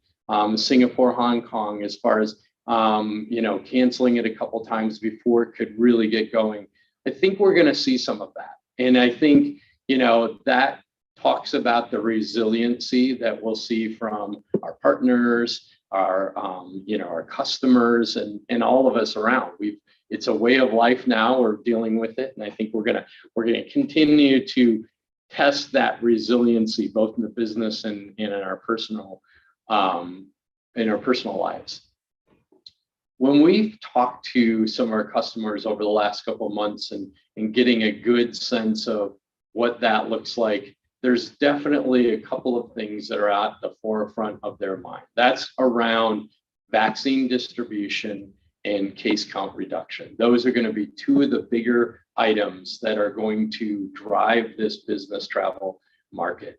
And as you all have seen there, we have in different parts of the world, some of that is coming back quicker than others. And although the vaccinations are going to play an important part in how that time frame plays out, I think the personal side of it also becomes important. So we're seeing people travel on leisure, which becomes more comfortable for them then to start traveling on the business side as well. And so we're seeing some of that play out.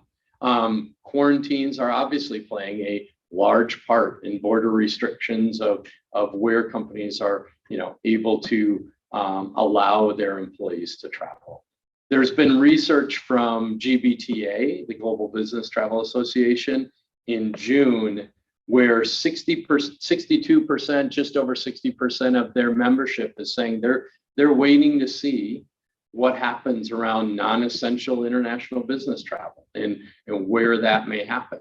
But wherever people are falling on that, I think there's 4 key themes that are really starting to emerge, which are going to define what that reopening timeline looks like.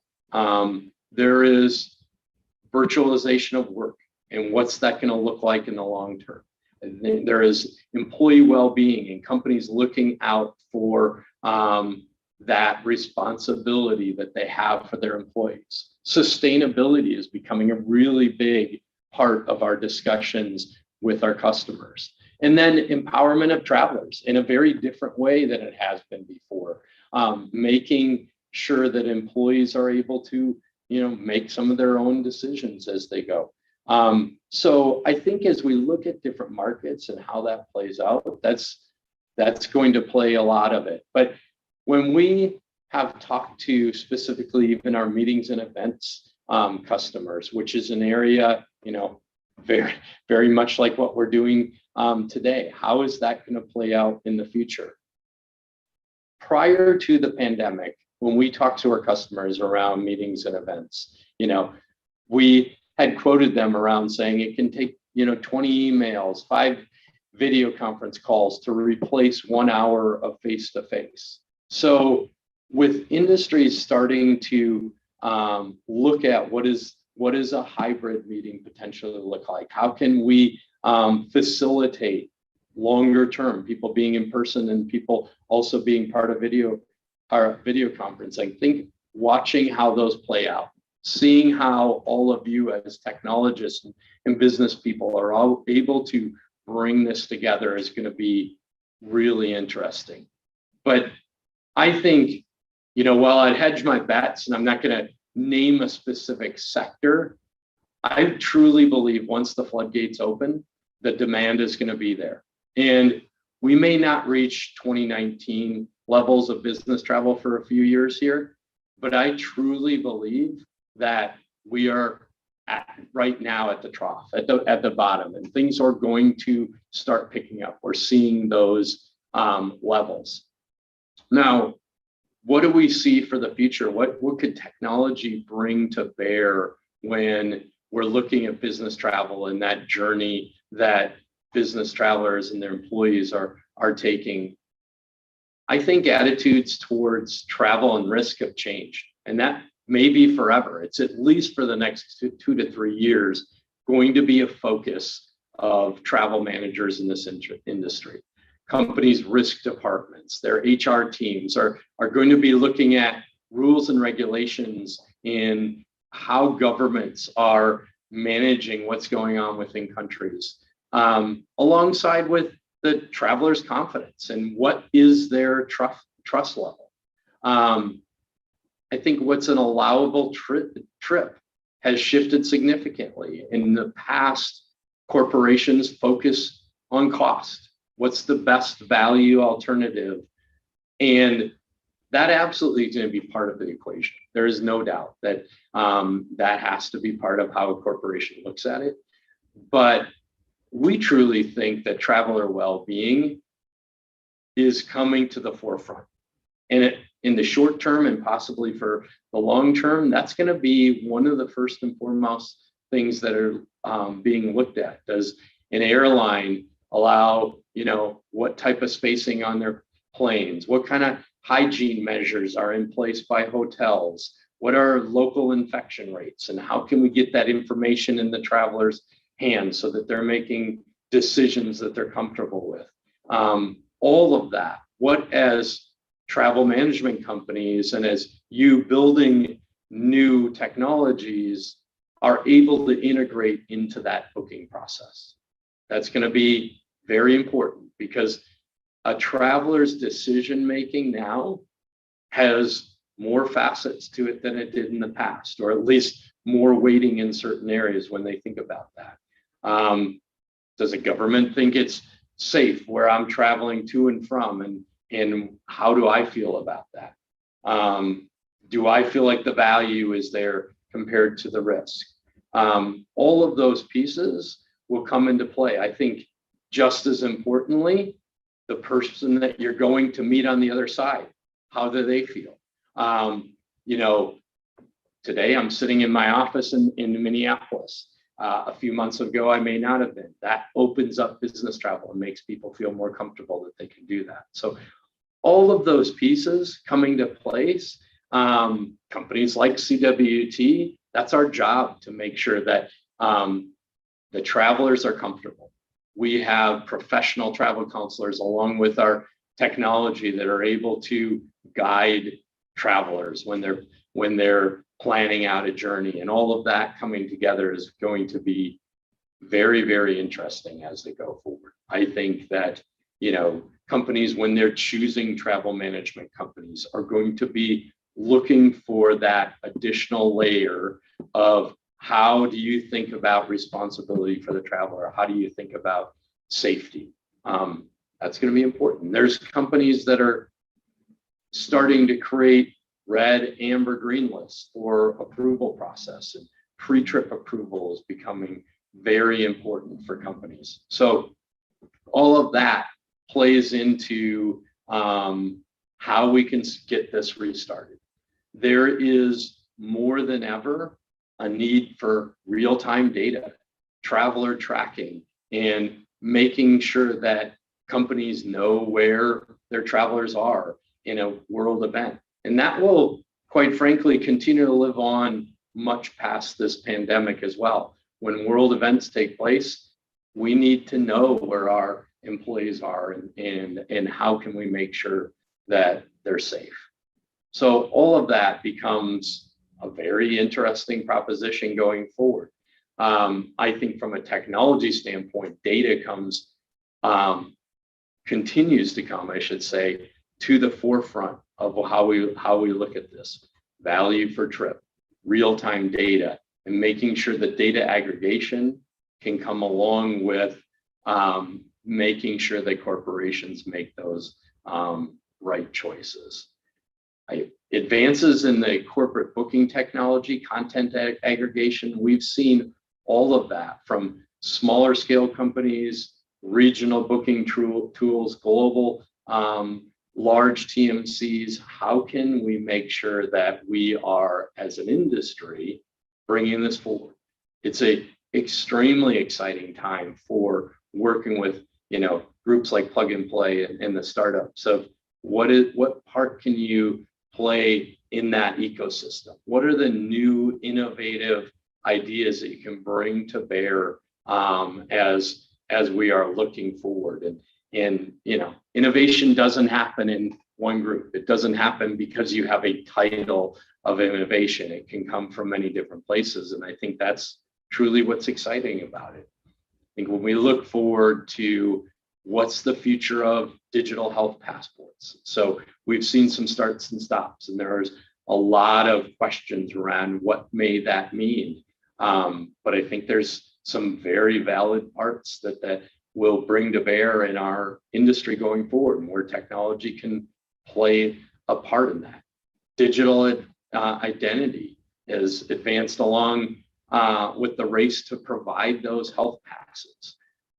The future of biometrics and contactless service, that experience, I think, is going to accelerate like no other time. This was around prior to the pandemic, but all of that with the service experience, contactless payment, digital wallets, will truly be that next frontier. I think we will see a future more clearly now around blockchain, which has been talked about for quite a while. So whether that be things that we thought of before for luggage tracking, but there's a part to play there for digital identity, secure, traceable payments, all of those pieces playing in will be very interesting.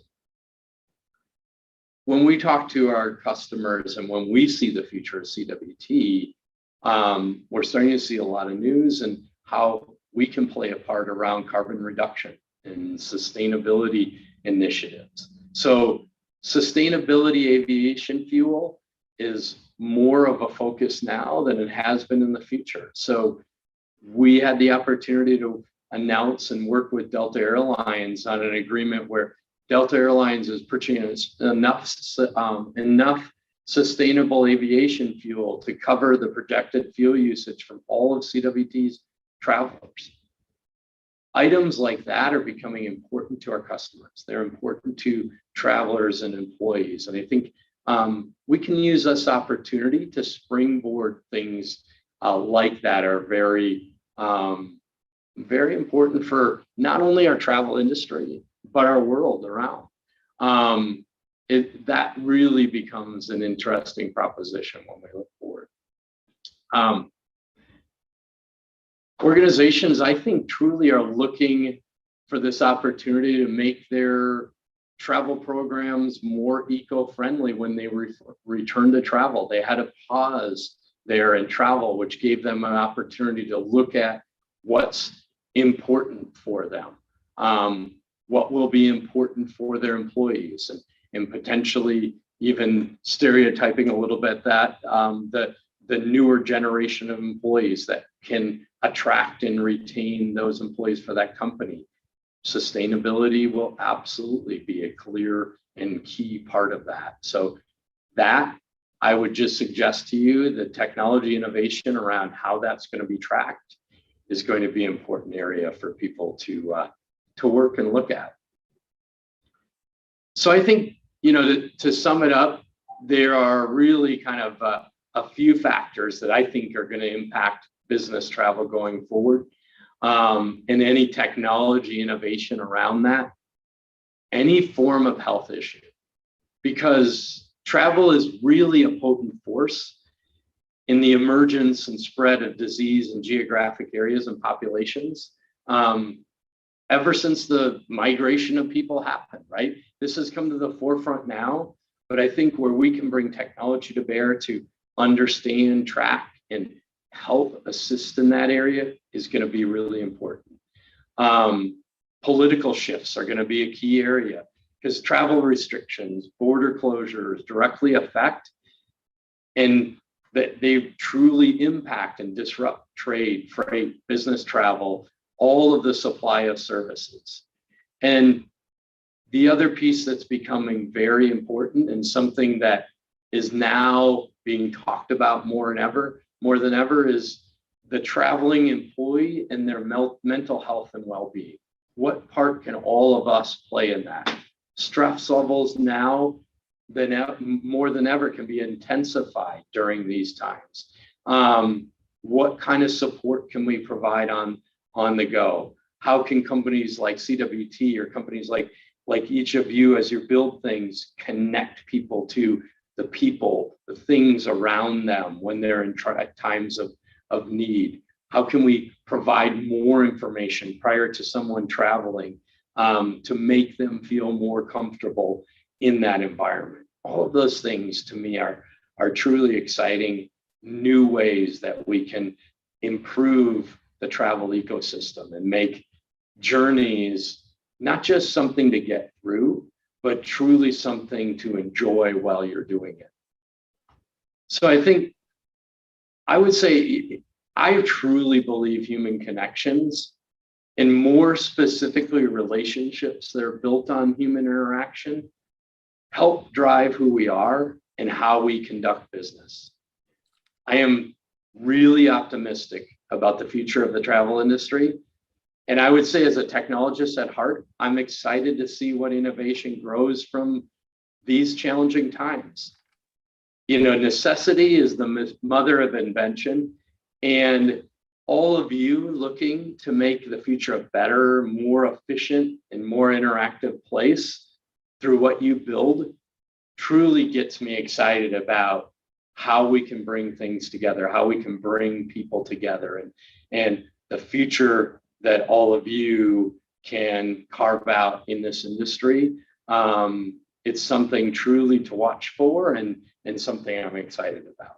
So thank you for your time today. And Amir, as I said before, I truly appreciate both our company's interaction, but also the relationship that you and I have built. And I'm open if you have any questions for me, and happy to answer any of them. Thank you, John. And for me anyway, the takeaway is the sense of optimism that someone in your position has when it comes back to business travel. And I was actually talking to one of my colleagues earlier today, talking about where business travel contributing to higher yields for suppliers, at least historically, and how important it is for business travel to come back. So the nature of the airline industry, the hospitality industry, doesn't have to go through a dramatic shift. I think so much, Amir, we've experienced in our personal lives of what we may or may not have taken for granted prior to this time, I think absolutely applies to the business world and business travel, where we may not have thought much about getting on a plane and you and I sitting down and having a meal. Now, the importance of that, I think, truly is heightened. And I think people will see that value in a very different way in the time that they spend together. 100%. And I would say that's not just for business, it's on the personal side too. Absolutely. When I get to go out to dinner with my uncle or my mom, with my newly born daughter, it truly hits home how important it is. The things that we used to take for granted, I think if there's a silver lining, is us waking up and realizing what truly matters in life. But coming back, John, to the topic of sustainability, which was discussed during the panel, and you brought it up on a few occasions here. I'm assuming it's something that you're hearing from on behalf of your customers. And historically, Europe, when it comes to sustainable initiatives, and not just exclusive to the travel industry on any front, has been ahead of the US. But it seems like it's becoming top of mind for US stakeholders as well. And I was wondering, in your opinion, what is fueling sort of the adoption of sustainable initiatives in the US market and beyond? Because if I was a betting man when this pandemic started, and if I had to say, I'm going to bet that sustainability stays on top of the priority list of travel suppliers or TMCs or airports during the pandemic when budgets are cut and resources are diminished, I would have bet that no, sustainability is not going to be a priority. Operational efficiency, cost savings, and everything else would be on top of mind. But to my surprise, it is on top of mind, even in the US market. So I was wondering, is it government regulations? Is it the travelers demanding it? Is Is it global warming coming into our own backyard? I'm talking to you from Northern California. We're gearing up for the second worst drought in California's history during these summer months. And we're expecting it to be one of the worst summer months when it comes to wildfires. So I'm feeling it personally, but was wondering from the lens you look at the world at, what is keeping sustainable initiatives in the travel industry on top of mind? Yeah, I think it's a couple of things, Amir. One is, I will say, during this, we'll call it a pause in the travel industry, I think it goes back to what we talked about, where people really took kind of note of what's important and had the time to be able to say, you know, what level of importance and priority do I put on things. And I think this comes into play. I think the visibility of what's happening in our world around us has made companies come up and stand up and take notice. And then I think the individuals themselves and the travelers themselves have brought it to the forefront, and they are going to make it an issue for their company to deal with. And I think that's a positive one. And then the reason I say that is we're hearing a couple things. We're hearing corporations take stances, but almost as important, if not more important, we're hearing the need for traveler level information, which is what's really different about that.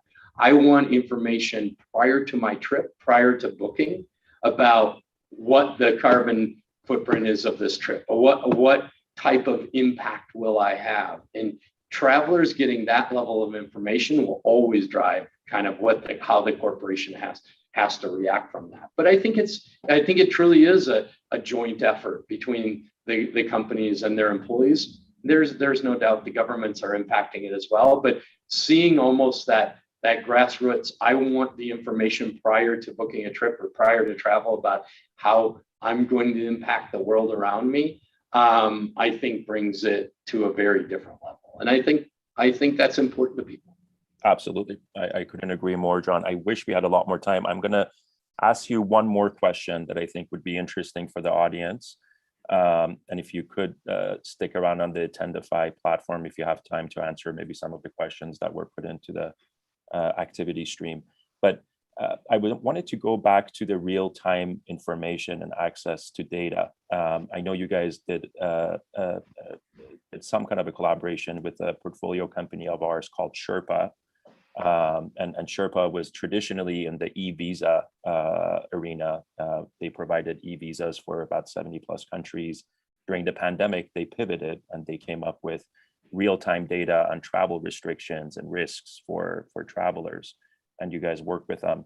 But I wanted to come back to the nature of a TMC like CWT's relationship with travel suppliers. You know, having real-time data is more important than ever. Having real-time information on whether Americans' cabins are cleaner than Delta's to guide your customers to choose one airline over another, or similarly hotel rooms.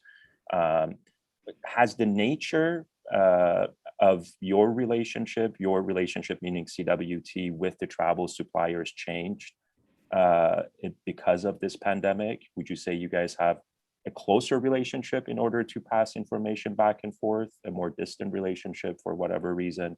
I would love to see how that has developed in the middle of this pandemic. Sure, and I'm glad you gave a shout out to our friends at Sherpa, because absolutely that's been an important relationship and very well received by our customers as well. I would say at CWT, as well as some of the other TMCs, we've always had a good relationship, a really strong partnership with the airlines, with the hoteliers, and I don't think that has changed throughout this, other than an improved ability to share that information, because it's for our own best interest between our companies, but more importantly for the travelers to have that information. And I think as long as we keep that at the core of what we are trying to do, is make sure that we're looking out for that safety, and making sure that we keep that at the forefront, it will always continue to drive. So that near real time or real time information, I don't see that going away. I see the need to continue to build that out. And if it's not hotel cleanliness in the future, but it's something else, I don't see us stepping back from that. I think we continue to build out those partnerships and continue to share whatever may be relevant at the time and in real-time information, world events, whatever else may happen. Thank you, John. I have a list of 10 other questions, which we cannot get to today, but really, really appreciate your insights, your contribution to our Expo, and we hope to have you back on our stage in the near future. And welcome Thank back you to so the much. office. Today is my team's first day back in the office as well, and it's quite interesting. It's going to take some getting used to. That's right. Absolutely. Thank you so much. Thank you, John. Great to see you. Yep.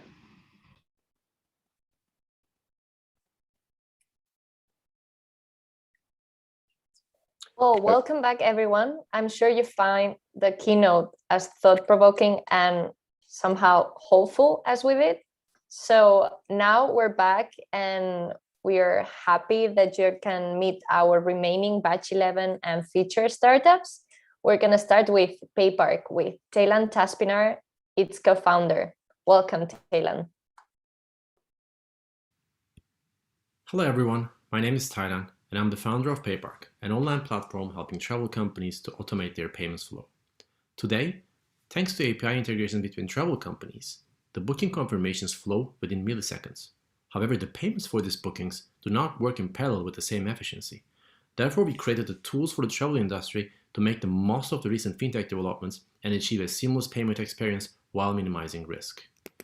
Currently, the buyers in the industry are either passing their final client's credit cards to their providers, or they're first charging to their client and then pay to their providers either via bank transfer or by virtual cards. International bank transfers are expensive, manual and not instant. Virtual cards are, on the other hand, again expensive and require card storage and card processing. Whereas our system is able to receive the pure booking data flowing between the buyer and the seller and convert it to an instant digital payment between buyer's account and the seller's account within a closed and secure ecosystem. This allows companies to simplify and streamline all accounts payable and receivable processes. Basically, the flow is identical to virtual credit cards, but instead of generating single-use cards, we initiate transactions based on the cancellation policies. As we make it all instant and API triggered, this allows travel companies to avoid cost, manual work, and credit risk. Payparc is the layer that connects the booking flow to a banking infrastructure. We're basically converting the booking data to a transaction data. The market is huge simply because as long as the buyer and the seller are connected to each other via API, we can integrate and initiate payments in parallel. We base our market estimate on virtual credit cards annual volume, which is estimated to be over $100 billion. We have seen more interest from the companies that are affected by COVID-19 as suddenly the insurance companies and credit providers change their conditions for the travel industry. In terms of competition, there are existing solutions which I previously mentioned, and there are some new attempts to attack the inefficiencies. However, we believe these are not making the most of the currently available financial technologies. On the other hand, I would like to also point out that it's an active market in terms of mergers and acquisitions. Recently, Wex bought Enet, and Ixaris was sold to Neon. Everyone in our core team has a travel tech background, and we also have some important advisors who are supporting our growth. We already have an international client base, as well as some very exciting projects with well-known companies like MasterCard. Currently, our revenue model is based on the fee we charge on the automatic payouts we make, but we are constantly working on features like currency exchange, accounting software integrations, and instant credits. If you have any questions or if you want a demo, please reach out to me at tyler@payparc.com. Thank you very much. Thank you, Taylor. That was great. Now let's hear about Amit Rahab, co-founder and CRO of Hyperguest. On to you, Amit. Hello, thanks for watching. My name is Amit, and I'm CRO and co-founder at Hyperguest, and we are a B2B marketplace for the hospitality industry. When you speak with supply and demand providers in the industry, there's nothing they would like more than to be able to work directly with one another. But unfortunately, that hasn't been possible. There isn't a direct electronic connection between supply and demand. Instead, hoteliers have to use archaic technology, go through any number of middlemen, and incur complex operation. As a result, this hurts the cost of distribution dramatically. It affects the ability to control the product and the price, and it affects the guest experience. At Hyperguest, our mission is to make sure nothing comes between supply and demand in the hospitality industry. It's a true revolution, and we're really excited about it. We do this by introducing a new distribution path, one that is a marketplace, as we've seen make such a great impact on other industries. In this case, the marketplace connects to the systems of hoteliers as well as demand generators and allows them to work directly. No need for contracting, no need for additional overhead, just start selling. We started the company in the beginning of 2020, and at this point we reached a critical mass of integration, where you have one API, Hyperguest, that gives you access to an entire ecosystem. We do this using a very advanced technology platform that is probably the best in the industry in terms of scalability, seamlessness of integration, and reliability, and being bulletproof in terms of eliminating manual and human errors in the process. Looking at some case studies, the first one from the supply side, this is a hotel management firm looking after over 2,500 hotels. As they're planning the strategy coming out of the pandemic, they were looking to achieve two things. One, reach new markets, and two, improve the profitability of distribution. By connecting to Hyperguest, they were able to deploy a preferred B2B program that allowed them to advance that program. Second example and case study come from the demand side. This OTA, with contracts with over 1,200 hotels, worked manually with all of them, with allocations, spreadsheets, and lots of overhead communication. This was blocking the growth. By over a few days of integrating Hyperguest, they are now directly connected to all the hotels, selling them with the latest data, and have reached new hotels over the Hyperguest marketplace. And once you have this access to an entire ecosystem, you also enable innovation. And this case study is actually a technology provider. It's a developer of business intelligence tools, very advanced one, analyzing pricing trends throughout the market for the hoteliers. By using Hyperguest API, they were able to reach a global market of hotels and offer this product together on the platform. Hyperguest was founded by 4 entrepreneurs, each with over 20 years of experience, and we've been fortunate to grow the team with folks that are likewise excited about this opportunity. At this point, we are locally present throughout all time zones. We're proudly backed by Lightspeed Venture and Viola partner. Thank you for watching. We're truly excited by this revolution. If you would like to join us on this journey, please contact here on PNP or on www.hyperguest.com. Or at our networking session afterwards. Thank you, Amit. Thank you so much. Next, we're going to have Mark Rizzuto, CEO of Livn. Please join me in getting to know this amazing initiative. Welcome, Mark. Hi, I'm Mark Rizzuto, CEO of Livn. Thanks for joining me for a quick overview of our business as well as progress to date. Livn is an open connectivity hub for tours, activities and attractions. We're an Australian-based B2B company providing real-time technologies facilitating automated bookings between buyers and sellers. We operate in the 3rd largest travel vertical, with generating annual revenues of $250 billion, providing the inspirational content that drives many travelers' choice of destination. 53% of all tours, attraction activities are booked in the last 72 hours before consumption. Livn opens the door to the sales window in ways not previously available. Via a single API, Livn connects with a large number of SaaS-based reservation platforms.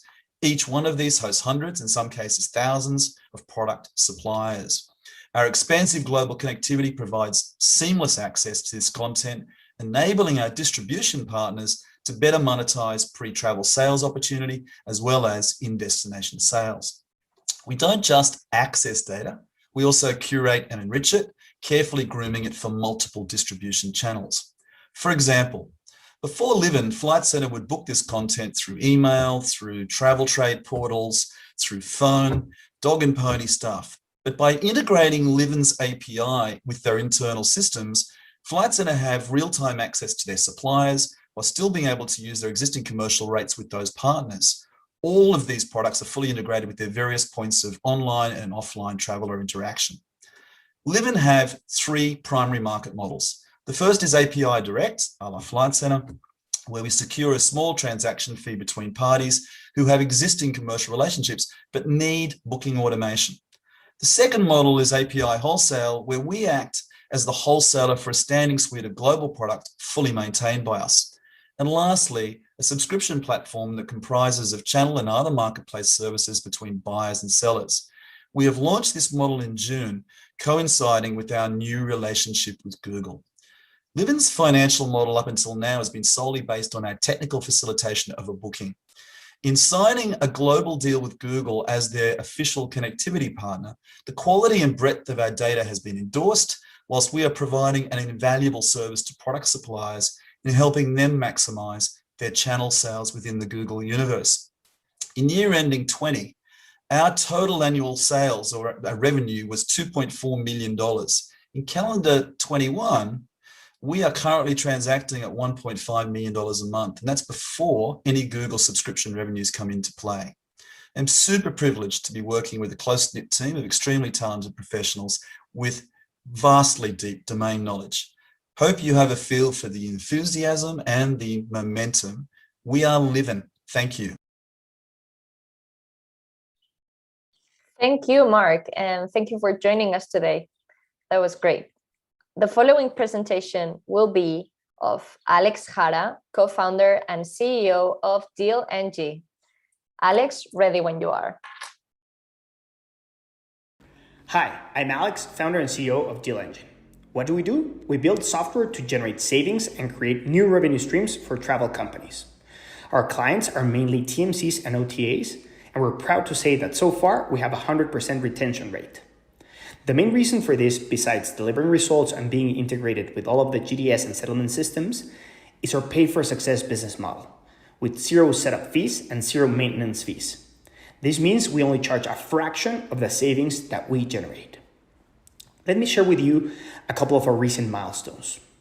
First, we just signed a global partnership with Sabre, enabling us to serve clients anywhere in the world. Following on this, we're in talks with clients to open 3 new markets. Thirdly, we kept on growing, signing 7 new clients. And lastly, we formed a top-notch advisory board.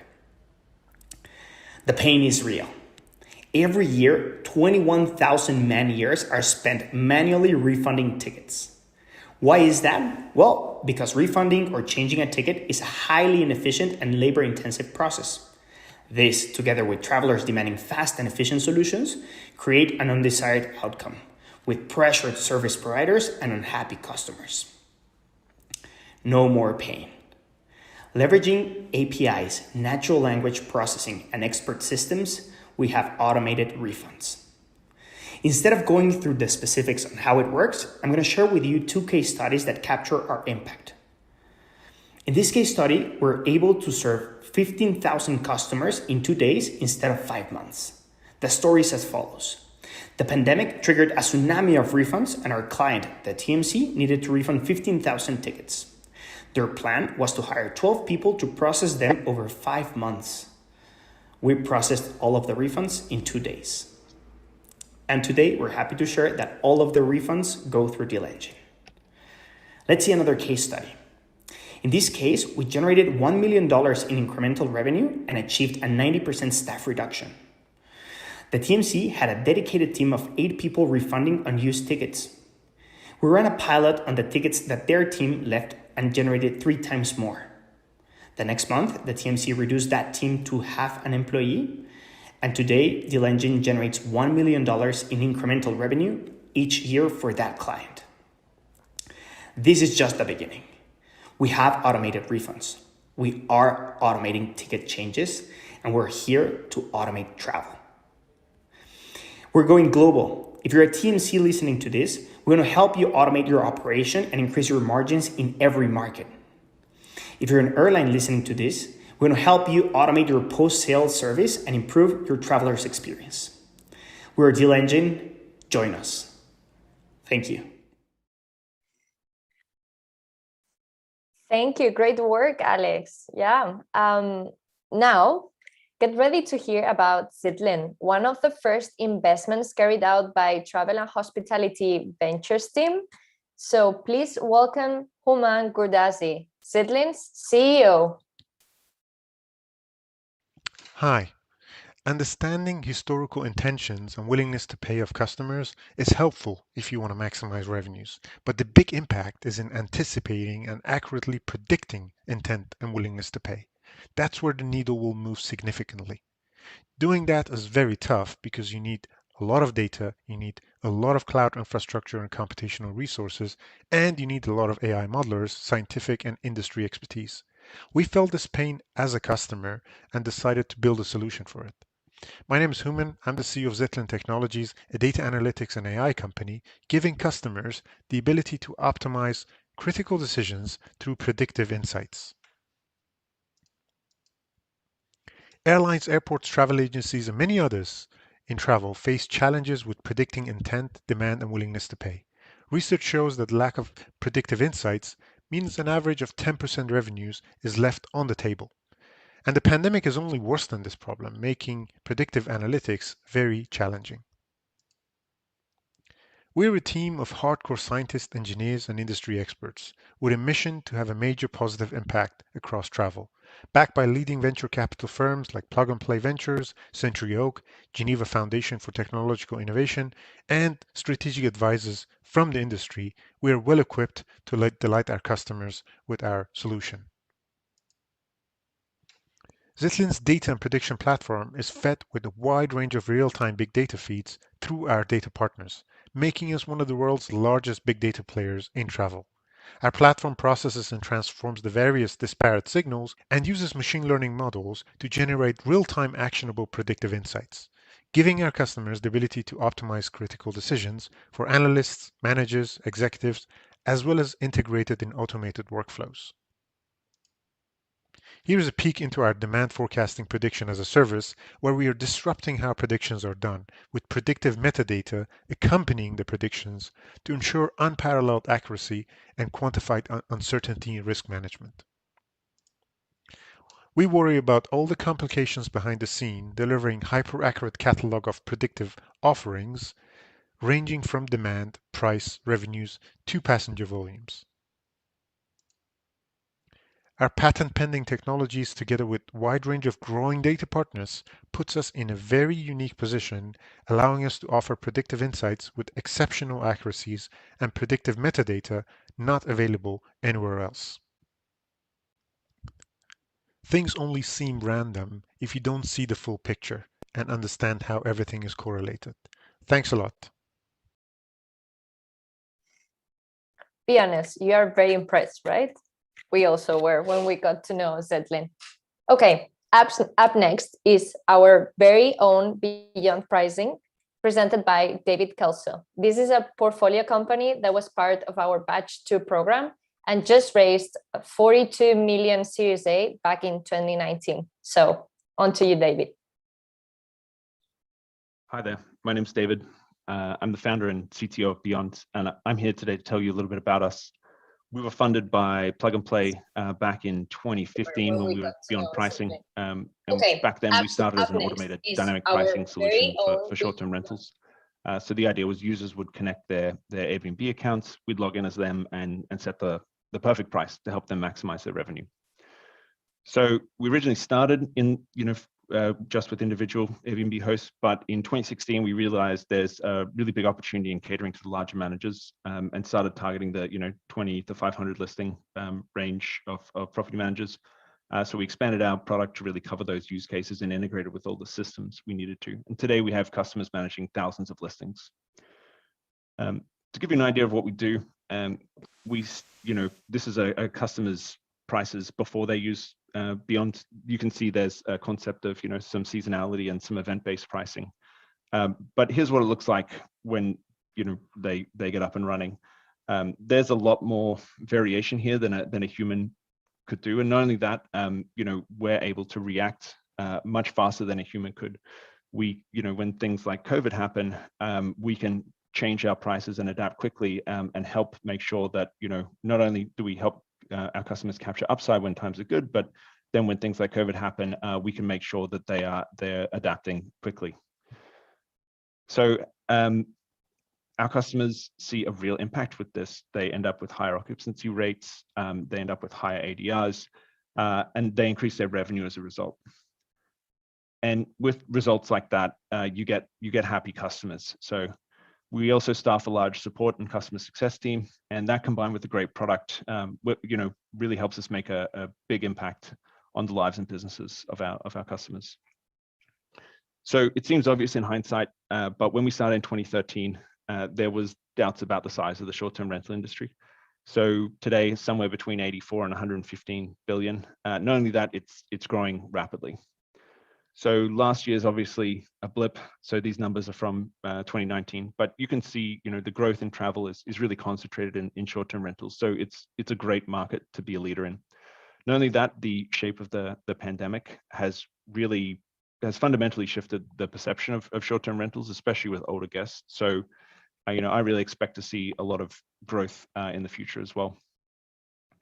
So while the recovery in the US has been good, it's still lagging a bit in Europe, but Europe is traditionally a larger market than the US, and we do expect it to recover quickly as vaccinations start rolling out further. And Beyond's poised to take advantage of it. A third of our employees are already based there, and we're investing heavily in all departments to continue our momentum there. So how's it going? We've seen phenomenal growth over the last few years. We're powering thousands of property managers and owners. We're connected to over 340,000 listings, and we've priced almost $7 billion worth of bookings. And the neat thing is, the more reservations we price, the more data we have on what leads to successful reservations, and so the system improves itself over time. As the market and our customers have matured and we've normalized the concept of dynamic pricing, we've also had to keep up with the demands. We heard the need for more, so we've evolved from just a pricing tool into an entire revenue management platform. So we now have a suite of products that we offer to our customers to help them get, grow, and keep revenue. Today, we're integrated with over 40 different platforms, including all the largest PMSs in the US. And we know the power of our platform comes from those integrations. So we're always looking for ways to partner with other providers and grow together. So if you're interested in working together, please reach out to Kamel and let's build some great things together. And speaking of building great things, we're hiring and we have currently over 20 open roles. So if you're interested, check out our website, the careers section on our website. And that's it. So thank you for your time. Thanks for watching. And an extra thank you to Plug and Play for believing in us back in 2015. Thank you all. Sounds great, David. Thank you. I hope I haven't lost you yet, because we still have two amazing startups that are going to present right now. Now is the turn to hear about Nethone, which was part of our Batch 7 alumni, but also is one of our most recent investments. This cybersecurity solution will be presented by its CEO, Hubert Rachwalski. Hubert, on to you. Hello, everyone. My name is Hubert Rachwalski. I'm the CEO of Nethone. Know your users to resolve fraud. This is the topic for today. So let me walk you through how we perceive the ongoing changes within the e-commerce landscape.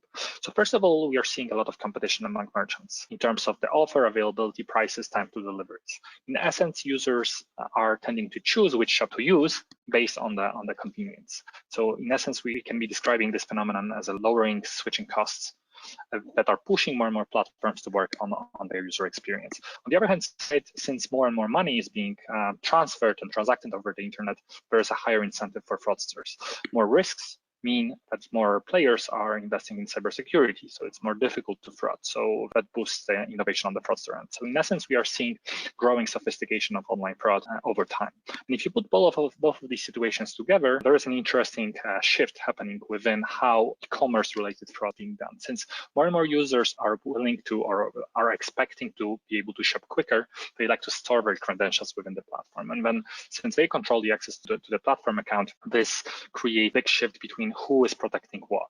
And we know that on the user experience front, since the merchants are being pushed to deliver frictionless experience, it is really a tricky situation. So the big question is how you are able to secure accounts of the users so that they have the experience that they expect without lowering the security. And if you agree with us that this is an ongoing trend, merchants effectively have two choices. The first one is quite obviously sticking to the status quo. But as you might agree with me, this can lead to a steady margin contraction because the competition and the expectations of the users and the low switching costs make it risky for merchants to follow this path.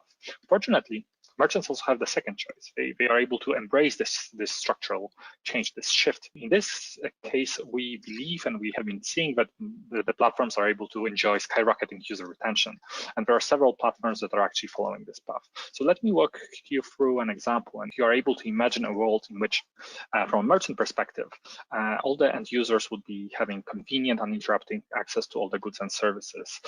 There would be no situation in which good users are rejected. So these false positives. Every user would feel that actually the platform cares about their expectations, and a lot is being put into building this understanding and good user experience there. At the same time, such a platform wouldn't invade privacy of users.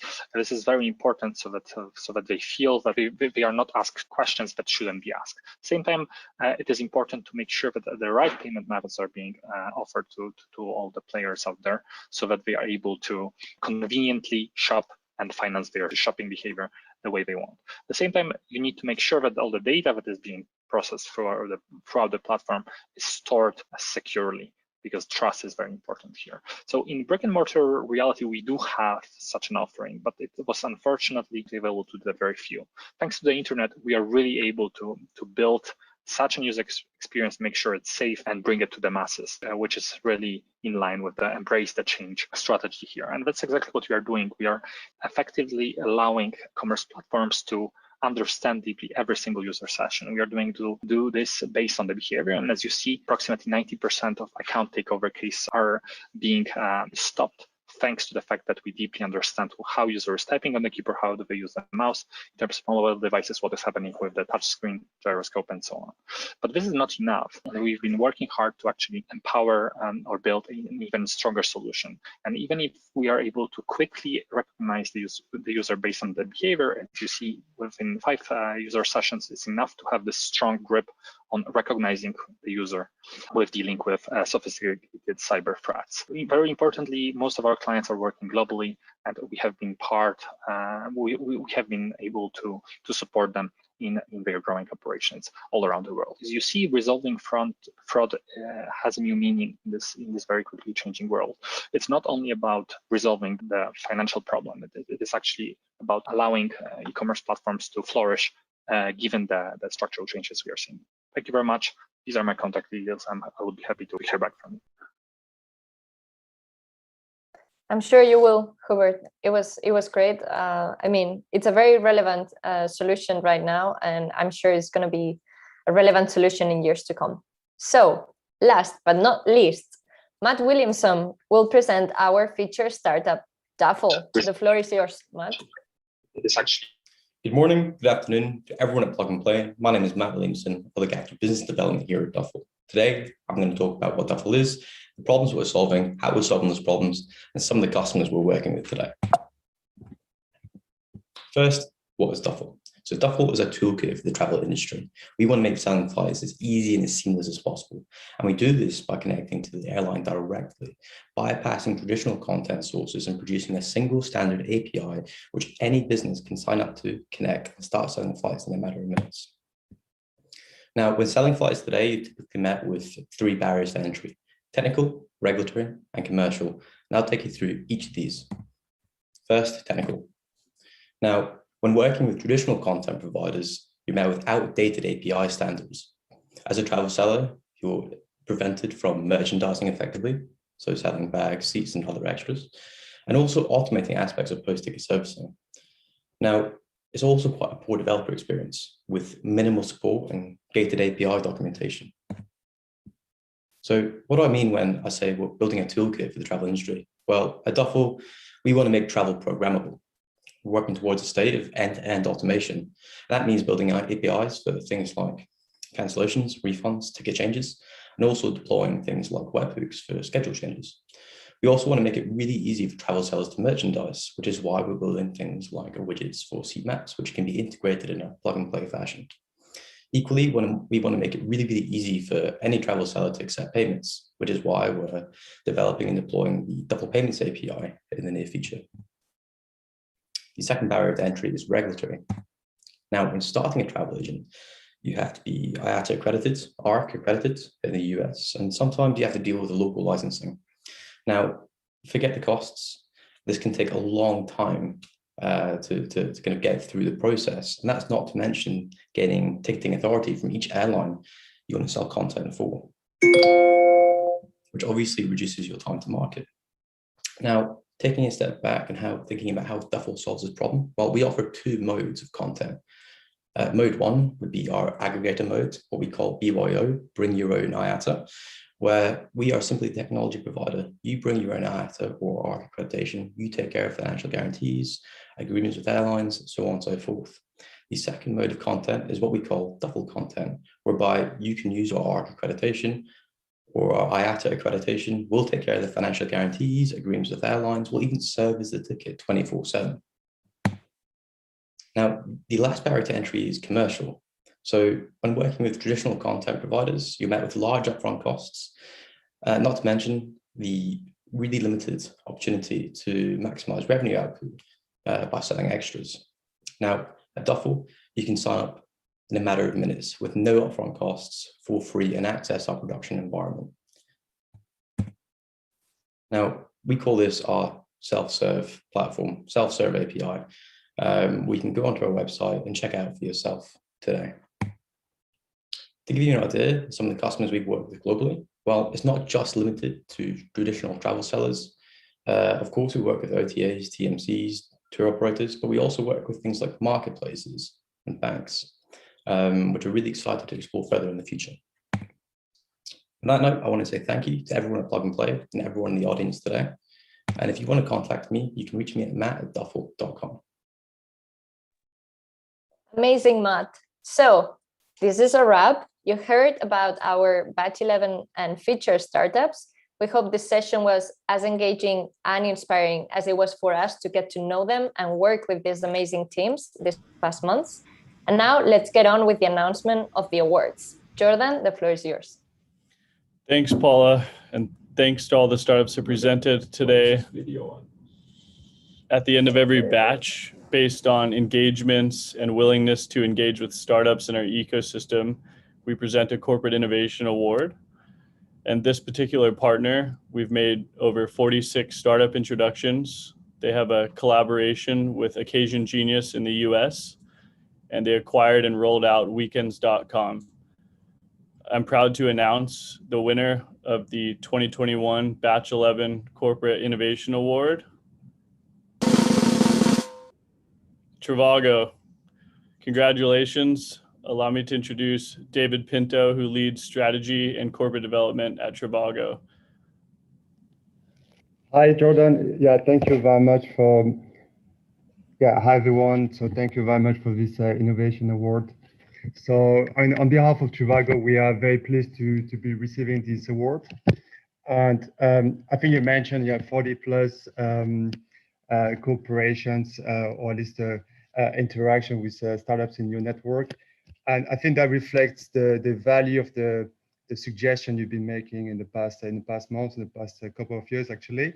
So thank you very much to the Plug and Play team for this. And I think like when we look at the insights we collected in all these discussions, they've been very, very valuable to build a strategy and to actually steer some of the products we've been developing recently. So, I mean, last year we also faced this this pandemic like everyone else, and this opened up a lot of opportunities for us to move slightly away from our core business, which is the hotel business, and to look into a lot of different areas. And here, the partnership we got with Plug and Play and all the discussion we had was incredibly valuable to understand, okay, how these companies were tackling their respective areas of the travel industry, what were the opportunities, And I think a lot of that basically has chilled again the direction that we are taking today. So, I mean, again, on behalf of Trivago, yeah, thanks to the Plug and Play team, and I'd like also to thank all the startups we got a chance to discuss with. Thanks, David, and thanks to Trivago for everything you've done with us over the years. So now we're going to pass the floor off to Diego, who will announce the Batch 11 startup winner. Thanks, Jordan. So first of all, I want to thank all the startups from the current batch. The Startup Winner Award was selected based on all the progress and pilots they were able to accomplish in and outside the PMP program. The startup had more than 10 connections with airlines, airports, and TMCs. They signed a commercial agreement with one of our partners, received great feedback from our mentors, and were super involved with the program. So without further ado, I'm super excited to announce the Startup Winner Award, which will go to Chooose. So I would like to invite Martin to share some words.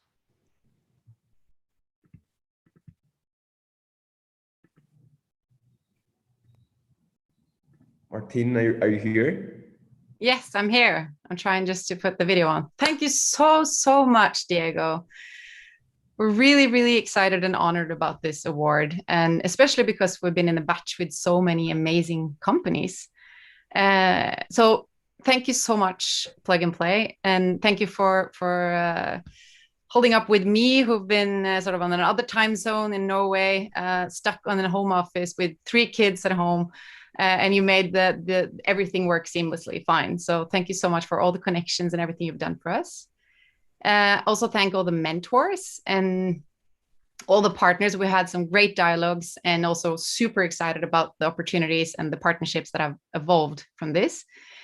So all in all, it's really been useful. So thank you. And then I think also sort of it's great that sustainability has been such a hot topic in the batch and in the accelerator, and even in a time where, you know, the travel industry has been in the survival mode. So thank you for really putting this agenda right up there. And I don't think that travel will ever go back to the way it was. And I also think that the travel industry really could be the leader for pushing change within sustainability, rather than to look for other industries, because the travel industry has an opportunity to really reach and influence millions and millions of people every day at scale, and can help with, you know, those small everyday changes to the systemic changes, and create new habits that the travelers can bring home. And then I believe that will have an immense ripple effect. So I'm excited for the future of travel, and really excited that we're part of it. So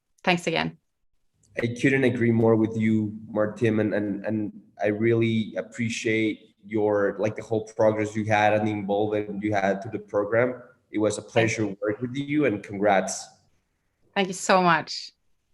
So I would like to give the mic back to Jordan. Thanks, Diego, and thanks to all the Batch 11 startups. You did really well this batch, and I'd also like to thank all the corporate partners, our mentors, VCs, and the entire Plug and Play community. Super excited to see travel restarting slowly but surely. And I'd also like to invite all the Plug and Play team members to turn their screens back on as we close the session.